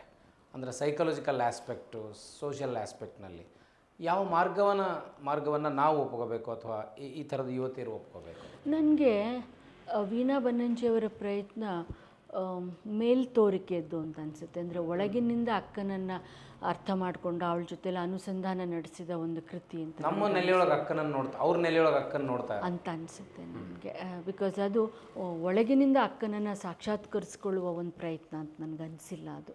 ನಮಗೆ ಇನ್ನು ಅದಕ್ಕೆ ಕಂಪೇರ್ ಮಾಡಿದ್ರೆ ಸುಮಿತ್ರಾಬಾಯಿ ಅವರ ಅಕ್ಕ ಮಹಾದೇವಿಯ ಅದ್ವೈತ ಇದೆಯಲ್ವಾ, ಅದು ತುಂಬ ಒಳ್ಳೆಯ ಒಂದು ಪ್ರಯತ್ನ ಅಂತ ನನಗನ್ಸುತ್ತೆ. ಈ ಅನುಪಮ ಅವರು ಅಕ್ಕನ ಕಾದಂಬರಿಯಲ್ಲಿ ಅಕ್ಕನ ಐತಿಹಾಸಿಕ ಸಂಗತಿಗಳನ್ನು ಹುಡುಕ್ಲಿಕ್ಕೆ ಪ್ರಯತ್ನ ಮಾಡಿದರು. ನಿಜವಾದ ಅಕ್ಕನನ್ನು ನಮಗೆ ಹುಡುಕಿ ಕೊಟ್ಟರೋ ಇಲ್ಲೋ ಅನ್ನೋಂಥ ಒಂದು ಅನುಮಾನ ಕೂಡ ಬರ್ತದೆ. ಡಾಕ್ಟರ್ ಎಚ್ ಎಸ್ ಅನುಪಮ ಅವರ ಕಾದಂಬರಿಯಲ್ಲೂ ಕೂಡ ನಾವು ಅಕ್ಕನನ್ನು ಐತಿಹಾಸಿಕವಾಗಿ ನೋಡಬೇಕು, ಕಾವ್ಯಾತ್ಮಕವಾಗಿ ನೋಡಬೇಕು, ವ್ಯಕ್ತಿತ್ವದಿಂದ ನೋಡಬೇಕು. ನಾನು ವ್ಯಕ್ತಿಗತವಾಗಿ ಅವಳನ್ನು ಕಾಲಾತೀತ ಅಂತ ನೋಡ್ತೀನಿ. ಕಾಲಾತೀತ ಅವಳು, ಏಕೆಂದರೆ ಎಲ್ಲ ಕಾಲದ ಹೆಣ್ಣು ಮಕ್ಕಳ ಕನಸು ವಿಚಾರ, ಬರೀ ಕನಸು ಅಂತ ನಾನು ಹೇಳಲ್ಲ, ಓಕೆ, ಕನಸು ವಿಚಾರ, ಅವಳ ಬೌದ್ಧಿಕತೆ ಭಾವುಕತೆ ಅಲ್ವಾ, ಮತ್ತು ನಿಡುಗಾಲದಿಂದ ಅವಳು ಒಳಗೆ ಇದ್ದಂಥದ್ದು ಅಕ್ಕ ಅನ್ನುವ ಹೆಸರಿನಲ್ಲಿ ಸ್ಫೋಟ ಆಗಿದೆ ಅಂತ ನನಗನ್ಸುತ್ತೆ ಅಲ್ವಾ. ಅಂದರೆ ಎಲ್ಲ ಕಾಲದ ಹೆಣ್ಮಕ್ಕಳ ಪ್ರತಿನಿಧಿ ಯಾಕೆ ಅಕ್ಕ ಅಂತಂದರೆ ನಾವು ಒಳಗೇ ಇಟ್ಕೊಂಡಿದ್ವಲ್ಲ, ಅದು ಅಕ್ಕ ಮಹಾದೇವಿ ಎನ್ನುವ ಹೆಸರಿನಲ್ಲಿ ಸ್ಫೋಟಗೊಂಡ್ಬಿಟ್ಟಿದೆ ಆ ವ್ಯಕ್ತಿತ್ವದಲ್ಲಿ ನನಗನ್ಸುತ್ತೆ. ಸೊ ಅಕ್ಕನಲ್ಲಿ ನಾವೆಲ್ಲರೂ ಇದ್ದೀವಿ ಅಂತ ನಾನು ಹೇಳೋದು. ನಾವೆಲ್ಲರೂ ಇದ್ದೀವಿ ಅಂದರೆ ಯಾವುದು ನಮ್ಮಲ್ಲಿ ಒಂದು ಸ್ವಗತವಾಗಿತ್ತೋ, ಯಾವುದು ನಮ್ಮಲ್ಲಿ ಅಸ್ಪಷ್ಟವಾಗಿತ್ತೋ, ಯಾವ ಕನಸಿನ ಕಾಣಕ್ಕೆ ನಮಗೆ ಭಯ ಆಗ್ತಾಯಿತ್ತೋ, ಅದೆಲ್ಲದ್ರ ಬಗ್ಗೆಗೂ ಒಂದು ಸ್ಪಷ್ಟತೆಯನ್ನು, ಒಂದು ಸಾಕ್ಷಾತ್ಕಾರ ಅನ್ನುವ ಹಾಗೆ, ಒಂದು ಸಾಕಾರ ರೂಪ ಅನ್ನುವ ಹಾಗೆ ಅಕ್ಕ ಕಂಡ ಹಾಗೆ ಪರ್ಫೆಕ್ಷನ್ ಆಫ್ ವುಮೆನ್ ಕ್ಯಾರೆಕ್ಟರ್, ಯಾ, ಪರಿಪೂರ್ಣ ಮಹಿಳೆ ಹೆಂಗಿರ್ಬೋದು ಅನ್ನೋ ಮ್ಯಾನಿಫೆಸ್ಟೇಷನ್ ಅಂತ ನಾವು ಕರಿಬೋದು. ಇವಾಗ ನೀವು ಹೇಳ್ತಾ ಇದ್ರಿ ಆತ್ಮಸ್ಥೈರ್ಯ ತುಂಬ ಇಂಪಾರ್ಟೆಂಟ್, ಅಕ್ಕನ ಹತ್ರ ತುಂಬ ಇತ್ತು ಅದು. ಈಗಿನ ಹೆಣ್ಮಕ್ಳಿಗೆ, ಈಗಿನ ಅಂತ ಅಲ್ಲ, ಎಲ್ಲ ಹೆಣ್ಮಕ್ಳಿಗೆ ಅದನ್ನು ಬೆಳೆಸ್ಕೋಬೇಕು ಅಂದರೆ ಏನು ಮಾಡಬೇಕು ನಾವು? ಅಷ್ಟೊಂದು ಧೈರ್ಯ, ನಾವು ಅನಿಸೋದನ್ನು ಹೇಳೋದು ತುಂಬ ಕಷ್ಟ ಆಗುತ್ತೆ. ಬಿಕಾಸ್ ಈಗ ಗಂಡು ಹೆಣ್ಣು ಅಂತ ನೋಡಿದಾಗ ಹೆಣ್ಣಿಗೆ ಜವಾಬ್ದಾರಿಗಳು ಜಾಸ್ತಿ. ಹೆಣ್ಣನ್ನು ನಿಸ್ವಾರ್ಥಿ ಅಂತಾರೆ. ಅಕಸ್ಮಾತ್ ಅಕ್ಕನ ಥರ ನಾವು ಮಾತಾಡೋಕ್ಕೆ ಶುರು ಮಾಡಿದ್ರೆ, ಅಕ್ಕನ ಥರ ನಾವು ಹೊರಗಡೆ ಹೋಗೋಕ್ಕೆ ಶುರು ಮಾಡಿದ್ರೆ ಎಲ್ಲ ಏನು ಹೇಳ್ತಾರೆ, ಹೆಣ್ಣು ಅನ್ನೋದೇ ನಿಸ್ವಾರ್ಥಿ, ನೀವು ಮೊದಲು ಸಂಸಾರ ನೋಡ್ಕೊಳ್ಳಿ ಅದನ್ನು ಮಾಡಿ ಎಲ್ಲ ಹೇಳೋವಾಗ ನಾವು ಸ್ವಾರ್ಥಿ ಅನಿಸ್ಕೊಂಡ್ಬಿಡಲ್ವಾ ಅನಿಸುತ್ತೆ. ಆ ಥರ ಇದ್ದಾಗ ಏನು ಮಾಡಿ, ನಿಮಗೇನು ಅನಿಸುತ್ತೆ? ನಿಮಗೂ ಅದು ಸ್ವಾರ್ಥ ಅಂತ ಅನಿಸುತ್ತೆ? ನಮಗೆ ಸ್ವಾರ್ಥ ಅನಿಸಲ್ಲ ಅಷ್ಟೇ. ಅಕ್ಕಮಹಾದೇವಿ ನಮ್ಗೆ ಹೇಳ್ಕೊಟ್ಟಿದ್ದೇನನ್ನ ಅಂದರೆ, ನಿನ್ನ ಬುದ್ಧಿ, ನಿನ್ನ ಭಾವ, ನಿನ್ನ ಆತ್ಮ ಯಾವುದನ್ನು ಎಂಡಾರ್ಸ್ ಮಾಡುತ್ತೋ, ಯಾವುದನ್ನು ಅಪ್ರೂವ್ ಮಾಡುತ್ತೋ ಅದ್ರ ಬಗ್ಗೆ ನೀನು ಇನ್ನೊಂದು ಶಂಕೆಯನ್ನು ಇಟ್ಕೊಳ್ಳದೆ ನಿಸ್ಸಂಕೋಚವಾಗಿ ನಿಶಂಕೆಯಿಂದ ನೀನು ಮುಂದಕ್ಕೆ ಹೋಗು ಅಂತ. ನಾವು ಈ ಕಾಲದ ಹೆಣ್ಮಕ್ಳು ಮೊದಲು ನಮ್ಮ ಜೊತೇಲಿ ನಾವು ಮಾತಾಡೋದನ್ನು ಕಲ್ತ್ಕೋಬೇಕು ಅನ್ಸುತ್ತೆ ನನಗೆ. ನಾವು ನಮ್ಮ ಜೊತೇಲಿ ಮಾತಾಡ್ಕೊಳ್ಳೋಕ್ಕೆ ಭಯ, ಯಾಕೆಂದರೆ ನಮ್ಮ ಜೊತೇಲಿ ಒಳಗೆ ನಾವು ಮಾತಾಡ್ಕೊಳ್ಳೋಕೆ ಹೊರಟಾಗ ಸತ್ಯ ಏನು ನಮಗೆ ಗೊತ್ತಾಗ್ತಿರುತ್ತಲ್ವಾ ಅಲ್ವಾ. ನಾನು ಹೇಳ್ತಿರೋದು ಸರಿ ಅಲ್ವಾ, ನಾನು ಹೇಳ್ತಿರೋದು ತಪ್ಪ, ನಾನು ಇಲ್ಲಿ ಸ್ವಾರ್ಥಿಯಾಗಿದ್ದೀನ, ಇದು ನಂದು ದುರಾಸೆನಾ, ಅರೆ ನನಗಿಷ್ಟು ಅನ್ಯಾಯ ಆಗಿದೆ ಅಲ್ವಾ, ಈ ಅನ್ಯಾಯವನ್ನು ನಾನು ಯಾಕೆ ಅನ್ಯಾಯ ಅಂತ ಹೇಳಬಾರ್ದು. ಹೀಗೆ ಮೊದಲು ನಮ್ಮ ಜೊತೆಯಲ್ಲಿ ನಾವು ಮುಕ್ತವಾಗಿ ಮಾತಾಡೋದನ್ನು ಕಲ್ತ್ಕೊಳ್ಳೋದಿದೆಯಲ್ಲ, ಆಮೇಲೆ ನಾವು ಲೋಕದ ಜೊತೆಯಲ್ಲಿ ಮಾತಾಡೋದಕ್ಕೆ ಸಾಧ್ಯ ಆಗುತ್ತೆ. ಇದು ಒಂದು. ಎರಡನೇದ್ದು, ಲೋಕಕ್ಕೆ ನಾವು ಎಷ್ಟು ಬೆಲೆ ಕೊಡಬೇಕೋ ಅಷ್ಟೇ ಬೆಲೆ ಕೊಡಬೇಕು ಅಂತ. ನಾವು ಯಾವಾಗಲೂ ಏನು ಅಂದ್ಕೊಳ್ತೀವಿ ಅಂತಂದರೆ, ಲೋಕ ಬದಲಾಗತ್ತೆ, ಇವತ್ತೆಲ್ಲ ನಾಳೆ ಬದಲಾಗ್ಬಿಡುತ್ತೆ. ಸೊ ನೋಡಿ, ಹೆಣ್ಣಿನ ಪರವಾಗಿ ಇಷ್ಟು ಕಾನೂನುಗಳಿದ್ದಾವೆ, ವ್ಯವಸ್ಥೆ ಹೀಗಿದೆ ಅಲ್ವಾ, ಇಷ್ಟೊಂದು ಯೋಜನೆಗಳಿದ್ದಾವೆ, ಇವೆಲ್ಲ ಇರೋದ್ರಿಂದ ಯಾವತ್ತೋ ಒಂದಿನ ಲೋಕ ಬದಲಾಗತ್ತೆ ಅಂತ ನಾವು ತಿಳ್ಕೊಬೇಕಾಗಿರೋ ಬಹಳ ದೊಡ್ಡ ಸತ್ಯ ಯಾವುದು ಅಂತಂದರೆ, ಲೋಕ ಬದಲಾಗಲ್ಲ, ನಾನು ಬದಲಾಗಬೇಕು. ನಾನು ಲೋಕವನ್ನು ನೋಡುವ ದೃಷ್ಟಿಯನ್ನು ಬದಲಾಯಿಸ್ಕೋಬೇಕು. ಆಗ ಅನಿವಾರ್ಯವಾಗಿ ಹಕ್ಕೊತ್ತಾಯ ಅನ್ನುವ ಹಾಗೆ ಲೋಕ ಹೆಣ್ಣನ್ನು ನೋಡುವ ದೃಷ್ಟಿಕೋನದಲ್ಲಿ ಸ್ವಲ್ಪ ಬದಲಾವಣೆ ಆಗುತ್ತೆ ಅಲ್ವಾ. ನನಗೆ ದೋಪ್ದಿ, ಮಹಾಶ್ವೇತಾ ದೇವಿಯವರ ದೋಪ್ದಿ ಯಾವಾಗಲೂ ಒಂದು ದೊಡ್ಡ ಮೆಟಫರ್ ಆಗಿ ಕಾಣಿಸುತ್ತೆ ಈ ದೃಷ್ಟಿನಲ್ಲಿ. ಅವಳನ್ನು ನಕ್ಸಲ್ ಅಂತ, ಅವಳು ಜಮೀನ್ದಾರರ ವಿರುದ್ಧ ಹೋರಾಟ ಮಾಡ್ತಿರ್ತಾಳೆ, ಅವಳನ್ನು ನಕ್ಸಲ್ ಅಂತ ಅವರೇ ತೀರ್ಮಾನ ಮಾಡಿಬಿಟ್ಟಿರ್ತಾರೆ, ಅವಳ ವಿರುದ್ಧ ವಾರಂಟ್ ಹೊರಡುತ್ತೆ, ಎಲ್ಲ ಆಗುತ್ತೆ. ಕೊನೆಗೂ ಈ ಲೋಕಕ್ಕೆ ಯಾವಾಗಲೂ ಹೆಣ್ಣನ್ನು ಮಣಿಸೋದು ಗೊತ್ತಿರೋದು ಒಂದೇ ದಾರಿ ಅಲ್ವಾ, ಅವಳ ದೇಹದ ಮೇಲೆ ಆಕ್ರಮಣ ಮಾಡೋದು. ಅವಳ ಮೇಲೆ ಒಂದು ಗುಂಪು ಅತ್ಯಾಚಾರ ಆಗುತ್ತೆ. ಎಷ್ಟರ ಮಟ್ಟಿಗೆ ಅಂದರೆ ಅವಳು ಮೂರ್ಛೆ ಹೋಗುವ ಮಟ್ಟಕ್ಕೆ. ಅವಳು ಮೂರ್ಛೆ ತಿಳಿದು ಎದ್ದರೆ ಎದುರಿಗೆ ಅವನು ಕೂತಿದ್ದಾನೆ, ಆ ಊರಿನ ಸರ್ದಾರ. ಅವನು ಇವಳ ಸೋತ ಮುಖವನ್ನು ನೋಡೋದಕ್ಕೆ ಕಾಯ್ಕೊಂಡು ಕೂತಿದ್ದಾನೆ. ನಾನು ಗೆದ್ದಿದ್ದೀನಿ, ಇವಳನ್ನು ನಾನು ಸೋಲಿಸ್ಬಿಟ್ಟಿದ್ದೀನಿ ಅಂತ. ಅವಳು ಹೇಳ್ತಾಳೆ, ಹೇಳೋದಕ್ಕೆ ಪ್ರಯತ್ನ ಪಟ್ಟರೆ ಹೇಳೋಕ್ಕಾಗಲ್ಲ. ಅವಳಿಗೆ ದೇಹ ಅಷ್ಟು ನಿತ್ರಾಣಗೊಂಡ್ಬಿಟ್ಟಿದೆ ಆ ಅತ್ಯಾಚಾರಗಳಿಂದ. ಅವಳು ಹೀಗೆ ಎದ್ದೇಳ್ತಾಳೆ, ದೇಹ ಪೂರ್ತಿ ಬೆತ್ತಲೆ ಆಗಿದೆ. ಬೆತ್ತಲೆ ಅದರಿಂದ ಉದಾಹರಣೆ ತಗೋತಾ ಇದ್ದೀನಿ. ಅವನು ತನ್ನ ಸಹಚರ ಒಬ್ಬನಿಗೆ ಸನ್ನೆ ಮಾಡ್ತಾನೆ. ಅವನು ಒಂದು ಬಟ್ಟೆನ ಅವಳ ಮೇಲೆ ಎಸಿತಾನೆ, ಮುಚ್ಕೋ ಅಂತ. ಅವಳು ಹೀಗೆ ಮೇಲೆ ಹೆಗಲ ಮೇಲೆ ಬಿದ್ದ ಬಟ್ಟೆಯನ್ನು ತೆಗೆದು ಹೀಗೆ ಬಿಸಾಕ್ತಾಳೆ. ಬಿಸಾಕ್ಬಿಟ್ಟು ನಿಧಾನವಾಗಿ ಕಷ್ಟಪಟ್ಟು ನಡ್ಕೊಂಡು ಹೋಗ್ತಾಳೆ. ಅವಳಿಗೆ ಒಂದು ಹೆಜ್ಜೆ ಇಡೋದು ಕಷ್ಟ, ಅಷ್ಟರ ಮಟ್ಟಿಗೆ ಅವಳ ದೇಹದ ಮೇಲೆ ಆಕ್ರಮಣ ಆಗಿರುತ್ತೆ. ಅವನು ಅಂದ್ಕೊಳ್ತಾನೆ, ಆ ಊರಿನ ಯಜಮಾನ, ಇನ್ನೇನು ಇವಾಗ ಬಂದು ಈ ಗಳಿಗೆನಲ್ಲಿ ಇವಳನ್ನು ಶರಣಾಗ್ಬಿಡ್ತಾಳೆ. ಅವಳು ಕ್ಷಮೆ ಕೇಳಿಬಿಡ್ತಾಳೆ. ಆಯ್ತಪ್ಪ, ಇನ್ನು ಮುಂದಕ್ಕೆ ನಾನು ಜಮೀನ್ದಾರರ ವಿರುದ್ಧ ಹೋರಾಟ ಮಾಡಲ್ಲ ಅಂತ ಅವಳು ಡಿಕ್ಲೇರ್ ಮಾಡ್ತಾಳೆ ಅಂತ ಅವನು ಕಾಯ್ತಾ ಇದ್ದಾನೆ. ಅವಳು ಏನು ಮಾಡ್ತಾಳೆ ಗೊತ್ತಾ ದ್ರೌಪದಿ? ಅವಳು ರಕ್ತ ತುಂಬಿದ ಉಗುಳನ್ನು, ಯಾಕೆಂದರೆ ಎಲ್ಲ ಕಡೆ ಗಾಯ ಆಗಿರುತ್ತೆ, ಆ ರಕ್ತ ತುಂಬಿದ ಉಗುಳನ್ನು ಅವನ ಮೇಲೆ, ಆ ಸರಪಂಚನ ಮೇಲೆ ಉಗುಳಿ ಅವನು ಹಿಂಗೆ ಅಡ್ಡ ಬಂದರೆ ತನ್ನ ಬೆತ್ತಲೆ ಭುಜದಿಂದ ಅವನನ್ನು ಹಿಂಗೆ ಹಿಂದಕ್ಕೆ ತಳ್ಳಿ ಅವಳು ಮುಂದಕ್ಕೆ ಹೋಗ್ತಾಳೆ. ಮುಂದಕ್ಕೆ ಹೋಗುವಾಗ ಅವಳು ನಗ್ತಾ ಹೇಳ್ತಾಳೆ, ನೀನು ನನ್ನ ದೇಹನ ಕೊಲ್ಬೋದು, ನನ್ನ ದೇಹದ ಮೇಲೆ ಆಕ್ರಮಣ ಮಾಡ್ಬೋದು, ನನ್ನ ಚೈತನ್ಯವನ್ನು ನೀನು ಕೊಲ್ಲಕ್ಕಾಗಲ್ಲ ಅಂತ ಅವಳು ಹೇಳ್ತಾಳೆ. ಸೊ ಯಾವ ಅತ್ಯಾಚಾರ ಹೆಣ್ಣನ್ನು ಮಣಿಸುವ ಬಹಳ ದೊಡ್ಡ ಅಸ್ತ್ರ ಅಂತ ಈ ಲೋಕ ತಿಳ್ಕೊಂಡಿದ್ಯೋ ಅದನ್ನೇ ಅವಳಲ್ಲಿ ವಿಸರ್ಜಿಸ್ಬಿಟ್ಲಲ್ವ. ಇದು ದೈಹಿಕ ಅತ್ಯಾಚಾರ ಆಯಿತು ಮೇಡಮ್. ಅಷ್ಟೇ. ಕ್ಯಾರೆಕ್ಟರ್ ಅಸಾಸಿನೇಷನ್ ಮೂಲಕನೂ ಹೆಣ್ಣನ್ನು ದಮನ ಮಾಡೋದು ಅದಂತೂ ಭಯಂಕರ. ಅದು ಕಿಚ್ಚಿಲ್ಲದ ಬೇಗೆ, ಏರಿಲ್ಲದ ಗಾಯ. ಇದ್ರ ಬಗ್ಗೆಗೂ ನಾವು ತಳಿಬೇಕಾಗಿರೋದು ಇಂಥದ್ದೇ ನಿಲುವು. ನೀವು ಆಡ್ಕೋತೀರಾ, ಇಂಥ ಮಾತುಗಳನ್ನ ಆಡ್ತಾನೆ ಇರ್ತೀರ, ಮಾತಾಡ್ತಾನೆ ಇರಿ, ನೀವು ಮಾತಾಡ್ತಾನೆ ಇರಿ. ನಾನು ನನ್ನ ಆತ್ಮಸಾಕ್ಷಿಗೆ ಬದ್ಧಳಾಗಿದ್ದೀನಿ ಅಲ್ವಾ. ಇದು ಬಹಳ ಕಷ್ಟದ ಪ್ರಯಾಣ, ಇದು ಕಲ್ಲು ಮುಳ್ಳಿನ, ಇದು ಅಗ್ನಿದಿವ್ಯದ ಪ್ರಯಾಣ. ಆದರೆ ಇದೊಂದೇ ದಾರಿ ನಮಗಿರೋದು. ಯಾರು ನಮಗೆ ಬೆಳ್ಳಿ ತಟ್ಟೆಯಲ್ಲಿ ತಗೊಳ್ಳಿ, ನೀವು ಇಷ್ಟು ದಿನ ಕಾಯ್ತಾ ಇದ್ದಂಥ ಸ್ವಾಯತ್ತತೆಯನ್ನು, ಸ್ವಾತಂತ್ರ್ಯವನ್ನು, ಆಯ್ಕೆ ಬದುಕನ್ನು ಕೊಡ್ತಾ ಇದ್ದೀರಿ, ಯಾವ ಕಾನೂನು ಕೊಡಲ್ಲ ರೀ ನಮಗೆ, ಯಾವುದೂ ಕೊಡಲ್ಲ. ಅದು ನಮ್ಮ ಹಕ್ಕು. ನಾವು ಕಾನೂನುಗಳು ನಮಗೆ ಒಂದು ಪೂರಕವಾದ ಒಂದು ಬೆಂಬಲ, ಅದು ದುರ್ಬಲವಾದ ಪೂರಕವಾದ ಬೆಂಬಲ ಬಿಟ್ಟರೆ ನಮ್ಮ ಮನೋಬಲ ಒಂದೇ ನಮಗಿರುವ ಮುಕ್ತಿಯ ದಾರಿ. ಮನೋಬಲ ಹೆಚ್ಚಿಸಿಕೊಳ್ಳಲಿಕ್ಕೆ ಶಿಕ್ಷಣ ಪೂರಕವಾಗಬಹುದಾ? ಶಿಕ್ಷಣದಾಚೆಗಿನ ಆಳವಾದ ಅಧ್ಯಯನ ಜ್ಞಾನ ಕೊಡ್ತದೆ ಅಂತ ಅನಿಸ್ತದೆ ನನಗೆ. ನಮ್ಮ ಸಾಮಾಜಿಕ ಪರಿಸರ ಅಂತ ಅನಿಸುತ್ತೆ ಸರ್. ನನಗೆ ಯಾಕೆ ಈ ಶಿಕ್ಷಣ ವ್ಯವಸ್ಥೆಯ ಬಗೆಗೆ ಮೂಲಭೂತವಾದ ಪ್ರಶ್ನೆಗಳಿದ್ದಾವೆ ಅಂತಂದರೆ, ಯಾವ ಶಿಕ್ಷಣ ವ್ಯಕ್ತಿತ್ವವನ್ನು ಕಟ್ಕೊಡ್ಬೇಕು ಅದು ವ್ಯಕ್ತಿತ್ವವನ್ನು ಕಟ್ಕೊಡ್ತಾ ಇಲ್ಲ. ಉದ್ಯೋಗವನ್ನು ಕೊಡುತ್ತೆ ಅಷ್ಟೇ. ಉದ್ಯೋಗ ಕೊಡ್ಬೋದು, ಒಂದು ಆರ್ಥಿಕ ಸ್ವಾವಲಂಬನೆಯನ್ನು ಕೊಡಬಹುದು. ಅದು ಆ ಸ್ವಾವಲಂಬನೆ ಎಷ್ಟರ ಮಟ್ಟಿಗಿರುತ್ತೆ ಅನ್ನೋದು ಪ್ರಶ್ನಾರ್ಹವಾದದ್ದು, ಅದು ಬೇರೆಯ ಮಾತು. ಆದರೆ ನಿಜವಾಗಿ ಇವತ್ತಿನ ಶಿಕ್ಷಣ ಹೆಣ್ಣಿಗೆ ಹೆಣ್ಣಿನ ವ್ಯಕ್ತಿತ್ವದ ಅರಿವನ್ನು ಮೂಡಿಸಬೇಕು, ಗಂಡಿಗೆ ಅವನ ಅಕಾರಣವಾದ ಅಹಂಕಾರಕ್ಕೆ ಕಾರಣ ಇಲ್ಲ ಅನ್ನುವ ಅರಿವನ್ನು ಗಂಡ್ಮಕ್ಳಿಗೂ ಮೂಡಿಸ್ಬೇಕು. ಈ ಬಗೆಯ ಶಿಕ್ಷಣ ಕ್ರಮ ನಮಗೆ ಬೇಕು ಅಂತ ಅನಿಸುತ್ತೆ ನನಗೆ. ಶಿಕ್ಷಣ ಕ್ರಮದಲ್ಲಿ ಇವೆಲ್ಲ ಇದ್ದಾಗ ಮಾತ್ರ ಏನಾದರೂ ಬದಲಾವಣೆ ಶಿಕ್ಷಣದಿಂದ ಆಗಬಹುದು. ಅಲ್ಲದೆ ಹೋದರೆ ನಮ್ಮ ಸಾಮಾಜಿಕ ಪರಿಸರ, ನಮ್ಮ ಸಾಂಸ್ಕೃತಿಕ ಪರಿಸರ ಇವೆಲ್ಲವೂ ಮೂಲಭೂತವಾಗಿ ಬದಲಾಗಬೇಕು. ಆದರೆ ಅದರಲ್ಲೂ ಮೊದಲ ಹೆಜ್ಜೆನ ನಾವು ಹೆಣ್ಮಕ್ಳೇ ಇಡಬೇಕು. ಏಕೆಂದರೆ ತುಂಬ ಸಲ ಗಂಡಸರು ಇಡುವ ಹೆಜ್ಜೆ ಅದು ಸುಳ್ಳು ಹೆಜ್ಜೆ ಆಗಿರುತ್ತೆ ಅಲ್ವಾ. ಪೊಲಿಟಿಕಲಿ ಕರೆಕ್ಟಾಗಿರಬೇಕು. ಒಂದು ಸೆಮಿನಾರಪ್ಪ, 4 ಜನ ಗಂಡಸರಾದರೆ ಒಬ್ಬ ಹೆಣ್ಮಕ್ಳನ್ನು ತೊಗೊಂಬಿಡ್ರಿ, ಸುಮ್ಮನೆ ಯಾಕೆ ಪ್ರಾಬ್ಲಮ್ಮು, ಅಷ್ಟೇ ಆಗಿರುತ್ತೆ. ಅದು ಪೊಲಿಟಿಕಲಿ ಕರೆಕ್ಟ್, ರೆಪ್ರೆಸೆಂಟೇಷನ್ ಕೊಡೋದು ಅಷ್ಟೇ. ಯಾವುದೋ ಒಂದು ಪಕ್ಷದ ಹೆಸರು ಹೇಳೋದು ಬೇಡ, ಆ ಪಕ್ಷದವ್ರು ನನ್ನನ್ನು ಕರೆದ್ಬಿಟ್ಟು ನೀವು ಮಹಿಳೆಯರಿಗೆಲ್ಲ ಸ್ವಲ್ಪ ಇದು ಮಾಡಿ. ನಾನಂದೆ ಹೋಗಿ, ನಾನು ಅಲ್ಲಿ ಮಾತಾಡಿದೆ, ಎಲ್ಲ ಮಹಾನುಭಾವರು ಕೂತಿದ್ರು ಮುಂದೆ, ಆ ಪಕ್ಷದ ನಾಯಕರು. ನಾನು ಹೇಳಿ, ನೀವು ಅನ್ಲೆಸ್ ಅಂಡ್ ಅಂಟಿಲ್ ನೀವು ಬದಲಾಗದೆ ಏನ್ರಿ ಬದಲಾಗತ್ತೆ? ನಾನು ಅಂದೆ, ಅಲ್ಲಿ ಕೂತಿದ್ದಾರೆ ನೋಡಿ ಹಿಂದಿನ ಸಾಲಿನಲ್ಲಿ, ನಿಮ್ಮ ಹಿಂದಿನದ್ದೇ ಸಾಲಿನಲ್ಲಿ ನಿಮ್ಮ ಪಕ್ಷದ ಸೋಕಾಳ್ ನಾಯಕಿಯರು ಕೂತಿದ್ದಾರೆ. ಆದರೆ ಒಂದು ಮೂಕ ಮೈತ್ರಿ ಇದೆ ನಿಮ್ಮ ಮತ್ತು ಅವರ ನಡುವೆ. ನಿಮಗೆ ಇದೊಂದು ಪೊಲಿಟಿಕಲ್ ಅಜೆಂಡಾ. ಎಲ್ಲಿವರೆಗೂ ಇದು ಬರೀ ಪೊಲಿಟಿಕಲ್ ಅಜೆಂಡಾ ಆಗಿರುತ್ತೋ ಅದರಿಂದ ನೀವು ಮಹಿಳಾ ನಾಯಕಿಯರನ್ನು ಸೃಷ್ಟಿ ಮಾಡೋದಕ್ಕೆ ಸಾಧ್ಯವೇ ಇಲ್ಲ ಅಲ್ವಾ. ನಮ್ಮ ಮೈಂಡ್ ಸೆಟ್, ನಮ್ಮ ಪರ್ಸ್ಪೆಕ್ಟಿವ್ ಬದಲಾಗಿದೆ, ಆದರೆ ನಮ್ಮ ಸೆನ್ಸಿಬಿಲಿಟಿ ಬದಲಾಗಿಲ್ಲ. Unless and until we change our sensibility, nothing is going to change. Financial independence ಹೆಣ್ಣಿಗೆ ಅಹಂಕಾರ ತಂದುಕೊಟ್ಟಿದೆ, ಅದಕ್ಕೆ ಡೈವರ್ಸ್ ರೇಟ್ ಜಾಸ್ತಿ ಆಗ್ತಾ ಇದೆ ಅನ್ನುವಂಥ ಸೋಷಿಯಲ್ ಇಂಟರ್ಪ್ರಿಟೇಷನ್ ಒಪ್ಕೋಬೋದು, ಒಪ್ಕೋಬಾರ್ದು? ಸರಿ, ಇದೆಲ್ಲ ಗಂಡಾಳಿಕೆಯ ಇನ್ನೊಂದು ಛದ್ಮವೇಷ, ಇನ್ನೊಂದು ಕಾರ್ಯಮಾದರಿ. ಇದ್ರ ಬಗೆಗೆ ನಾವು ಚರ್ಚೆನ ಕಡಿಮೆ ಮಾಡಿದಷ್ಟು ನಮ್ಮ ದಾರಿಗಳು ಸ್ವಲ್ಪ ನೇರ ಮಾಡದೆ ಹೋದರೆ ಅದೊಂದು ಸಾಮಾಜಿಕ ಅನಿಷ್ಟ ಅಂತ ನೋಡೋ ಮುಂದೆ ನೀವು ಸರ್ ಅದೇನು ರೆಮಿಡಿ ಕೊಡ್ಬೇಕಲ್ಲ. ರೆಮಿಡಿ ಏನು ಗೊತ್ತಾ ಸರ್, ಇದನ್ನು ಚರ್ಚೆ ಮಾಡದೇ ಇರೋದೇ ರೆಮಿಡಿ ನನ್ನ ಪ್ರಕಾರ. ಹೇಗಿರುತ್ತೆ ಹಾಗೆ ಎಕ್ಸೆಪ್ಟ್ ಮಾಡ್ಕೋಬೇಕು. ಅಲ್ಲ, ನೀವು ಮಾತಾಡ್ತೀರಿ ಯಾಕೆ ಗೊತ್ತಾ, ಹಂಗೆ ಹೇಳಿ ಹೇಳಿ ಹೇಳಿ 100 ಸಲ ಕಾಗೆ ಬೆಳ್ಳಗಿದೆ ಬೆಳ್ಳಗಿದೆ ಅಂತ 101ನೇ ಸಲಕ್ಕೆ ನನಗೂ ಅನಿಸ್ಬಿಡ್ಬೋದಲ್ಲ, ಹೌದಲ್ಲ ಅಂತ. ಅಂದರೆ it's an illusion created by. ಹೌದು, ಮತ್ತು ಅದನ್ನು ನಮ್ಮ ಮೇಲೆ ಹೇರ್ಬಿಡ್ತಾರೆ. ಕೊನೆಗೊಂದು ಕಾಲಘಟ್ಟದಲ್ಲಿ ಇದೇ ಸತ್ಯ, ಇವಾಗ ಮಾಡ್ತಿರೋದೇ ಅದು, ಮತ್ತು ತುಂಬ ಗೆಲುವನ್ನು ಹೊರದಲ್ಲಿ ಕಂಡುಬಿಟ್ಟಿದ್ದಾರೆ ಅಲ್ವಾ. ಸಣ್ಣ ಸಣ್ಣ ಕಾರಣಕ್ಕೂ ಡಿವೋರ್ಸ್.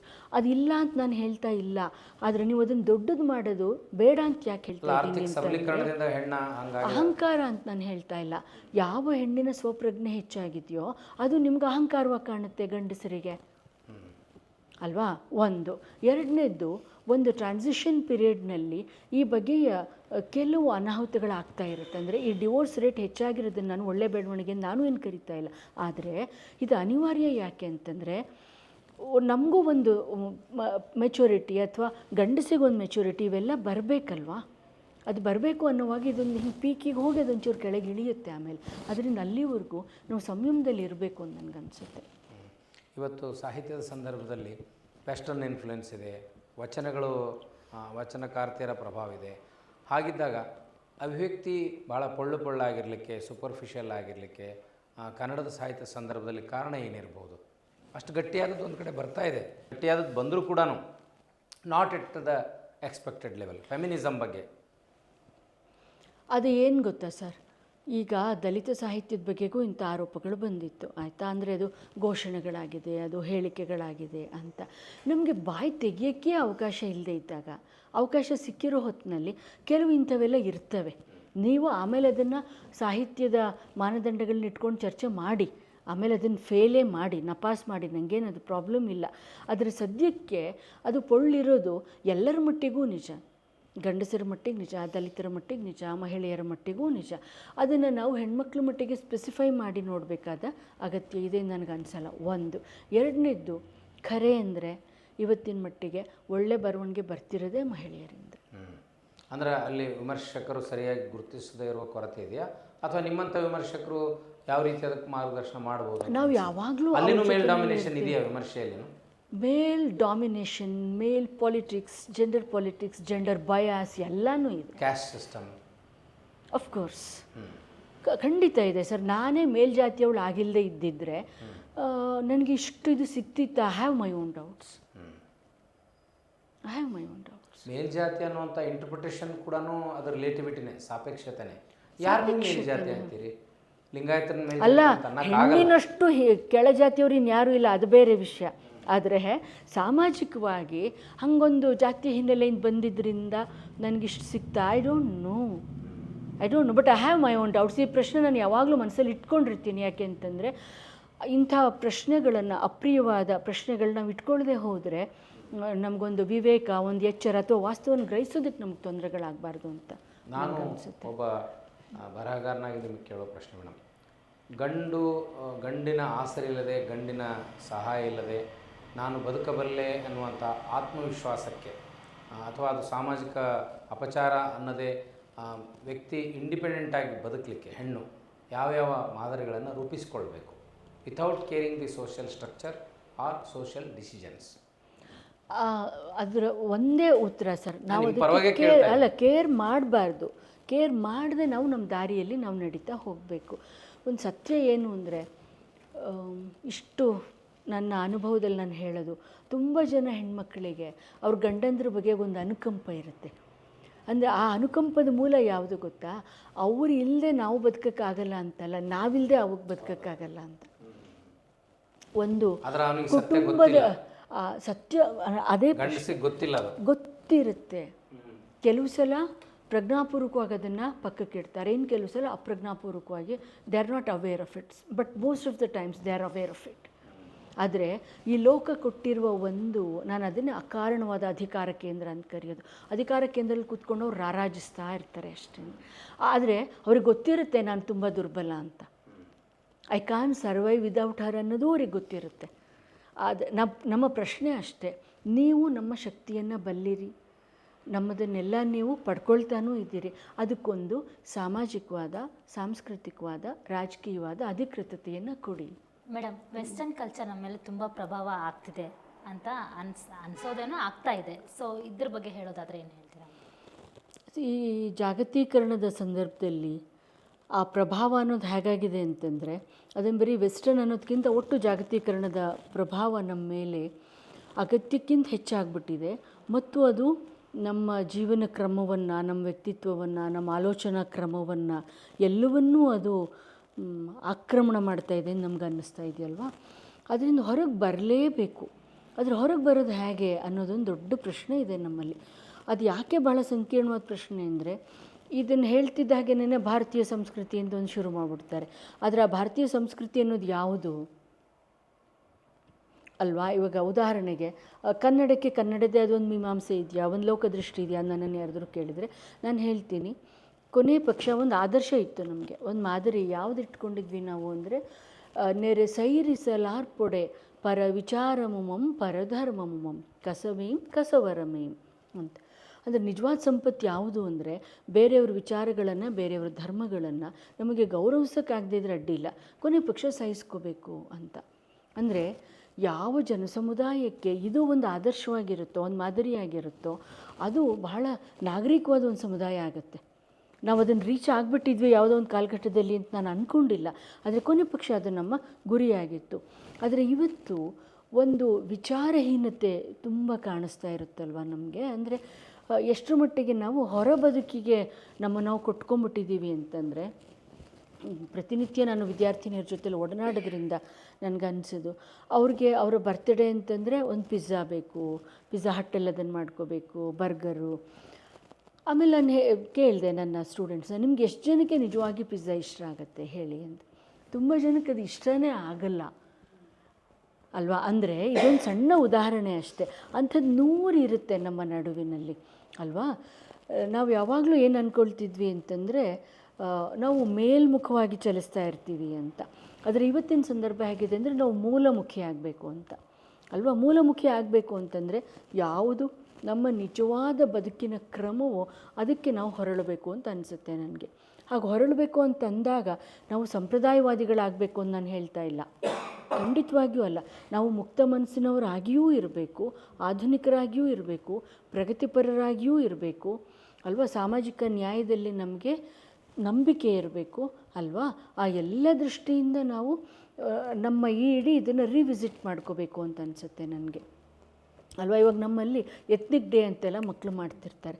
ಆ ಎತ್ನಿಕ್ ಡೇ ಅಂದರೆ ಒಬ್ರು ಇಳ್ಕಲ್ ಸೀರೆ ಉಟ್ಕೊಂಬರೋದು, ಒಬ್ಬರು ಗುಜರಾತಿ ಸೀರೆ ಅದಲ್ಲ ಅಂತ ನಾನು ಹೇಳೋದು. ಅದಲ್ಲ. ಯಾವುದನ್ನು ನಾವು ಬಹುರತ್ನ ವಸುಂಧರ ಅಂತ ಕರಿತೀವೋ ಭಾರತದ ಮಟ್ಟಿಗೆ, ಅದರ ಮೂಲ ಅರ್ಥ ಯಾವುದು ಅಂದರೆ ಬಹುತ್ವಗಳು ಅಂತ ಅಲ್ವಾ. ಬಹುತ್ವಗಳ ನಾಡು ಮೂಲತಃ ಈ ಭಾರತ ಅನ್ನೋದು. ಆದರೆ ಆ ಬಹುತ್ವಗಳಿಗೊಂದು ಸಮಾನ ವೇದಿಕೆ ಇಲ್ಲ ನಮ್ಮಲ್ಲಿ ಅಲ್ವಾ. ನಾವು ಕೆಲವೊಂದು ಉಪಸಂಸ್ಕೃತಿ ಅಂತ ಕರಿತೀವಿ, ಕೆಲವೊಂದು ತಾಳ ಸಂಸ್ಕೃತಿ ಅಂತ ಕರಿತೀವಿ, ಕೆಲವೊಂದು ಪ್ರಧಾನ ಸಂಸ್ಕೃತಿ ಅಂತ ಕರಿತೀವಿ. ಹಾಗಲ್ಲ, ಎಲ್ಲ ಸಮುದಾಯಗಳ ಎಲ್ಲ ಸಂಸ್ಕೃತಿಗಳು ಒಂದೇ. ಎಲ್ಲಕ್ಕೂ ನಾವು ಒಂದು ಈಕ್ವಲ್ ಪ್ಲ್ಯಾಟ್ಫಾರ್ಮನ್ನು ನಾವು ಕ್ರಿಯೇಟ್ ಮಾಡ್ಕೋಬೇಕು ಅಂತ ಅನಿಸುತ್ತೆ ನನಗೆ. ಅದು ನಿಜವಾಗಿ ನಾವು ನಮ್ಮ ಸ್ವಂತಿಕೆಯನ್ನು ಕಂಡುಕೊಳ್ಳುವ ಒಂದು ಕ್ರಮ ಅಂತ ನನಗನ್ಸುತ್ತೆ. ಇವಾಗ ಭಾರತೀಯತೆ ಬಗ್ಗೆಗೂ ನಾವು ಭಾಳ ಮಾತಾಡ್ತಿರ್ತೀವಿ. ಭಾರತೀಯತೆ ಅಂತಂದರೆ it's not wearing a sari, it's not varying culturally accepted dress, ಅದಲ್ಲ. ಓಕೆ, ನಾವು ಭಾರತೀಯವೇ ಅಂತ ಒಂದು ಚಿಂತನಾ ಕ್ರಮ ಇದೆ ಅನ್ನೋದಾದರೆ ಅದು ಬಹುತ್ವಗಳ ಚಿಂತನಾ ಕ್ರಮ ಅಂತ ನಾನು ಅಂದ್ಕೊಂಡಿದ್ದೀನಿ. ಆ ಬಹುತ್ವಗಳಿಗೆ ನಾವು ವಾಪಸ್ ಆಗಬೇಕು ಅಂತ ನನಗನ್ಸುತ್ತೆ. ಮೇಡಮ್, ಕೊನೆಯದಾಗಿ ಒಂದು ಪ್ರಶ್ನೆ. ನಿಜವಾದ ಪ್ರತಿಭಾ ಸಂಪನ್ನರು, ಬರಹಗಾರರು ನಮ್ಮ ದೇಶದಲ್ಲಿ, ರಾಜ್ಯದಲ್ಲಿ ಭಾಳಷ್ಟು ಜನ ಇದ್ದಾರೆ. ಆದರೆ ಸಾಂಸ್ಕೃತಿಕ ಲೋಕದ ರಾಜಕಾರಣ, ಜಾತೀಯತೆ ಮತ್ತು ಬೇರೆ ಬೇರೆ ವಿಭಿನ್ನವಾದ ಲಾಬಿಗಳು ಮೂಲ ಬರಹಗಾರರನ್ನು ಹತ್ತಿಕ್ಕಿವೆ ಅನ್ನೋ ಮಾತಿಗೆ ಎಷ್ಟು ಮಟ್ಟಿಗೆ ನೀವು ಒಂದು ವಲಯದಲ್ಲಿ ಇದ್ದುಕೊಂಡು ಅದನ್ನು ಒಪ್ತಿರೋ ಒಪ್ಪೋದಿಲ್ವೋ? ಒಪ್ತೀನಿ, ಆದರೆ ಅದನ್ನು 100ಕ್ಕೆ 100 ಅಂತ ಹೇಳೋದು ಕಷ್ಟ ಆಗುತ್ತೆ. ಉದಾಹರಣೆಗೆ ಯಾವುದೋ 1 2 ಪ್ರಶಸ್ತಿಯನ್ನು ನಾವು ಹೀಗೆ ಹಿಂದುಳಿದವರಿಗೆ ಕೊಡಬೇಕು ಅಂತ ನಾವು ಅಂದ್ಕೊಳ್ತೀವಿ ಅಂತ ಅಂದ್ಕೊಳ್ಳಿ. ಎಷ್ಟೋ ಸಲ ಅದರಲ್ಲಿ ಅಂಥವ್ರು ಸಿಕ್ಕೋದೇ ಇಲ್ಲ ಅಲ್ವಾ? ಆವಾಗ ನಮಗೆ ಯಾರೋ ಸಿಕ್ಕವ್ರಿಗೆ ಕೊಡಬೇಕಾಗತ್ತೆ ಅನ್ನೋದಾದರೆ ಅದು ನೋವಾಗ್ತಿರುತ್ತೆ, ಅದು ಸರಿಯಾದ ಆಯ್ಕೆ ಅಲ್ಲ ಅಂತಲೂ ಅನ್ನಿಸ್ತಾ ಇರುತ್ತೆ.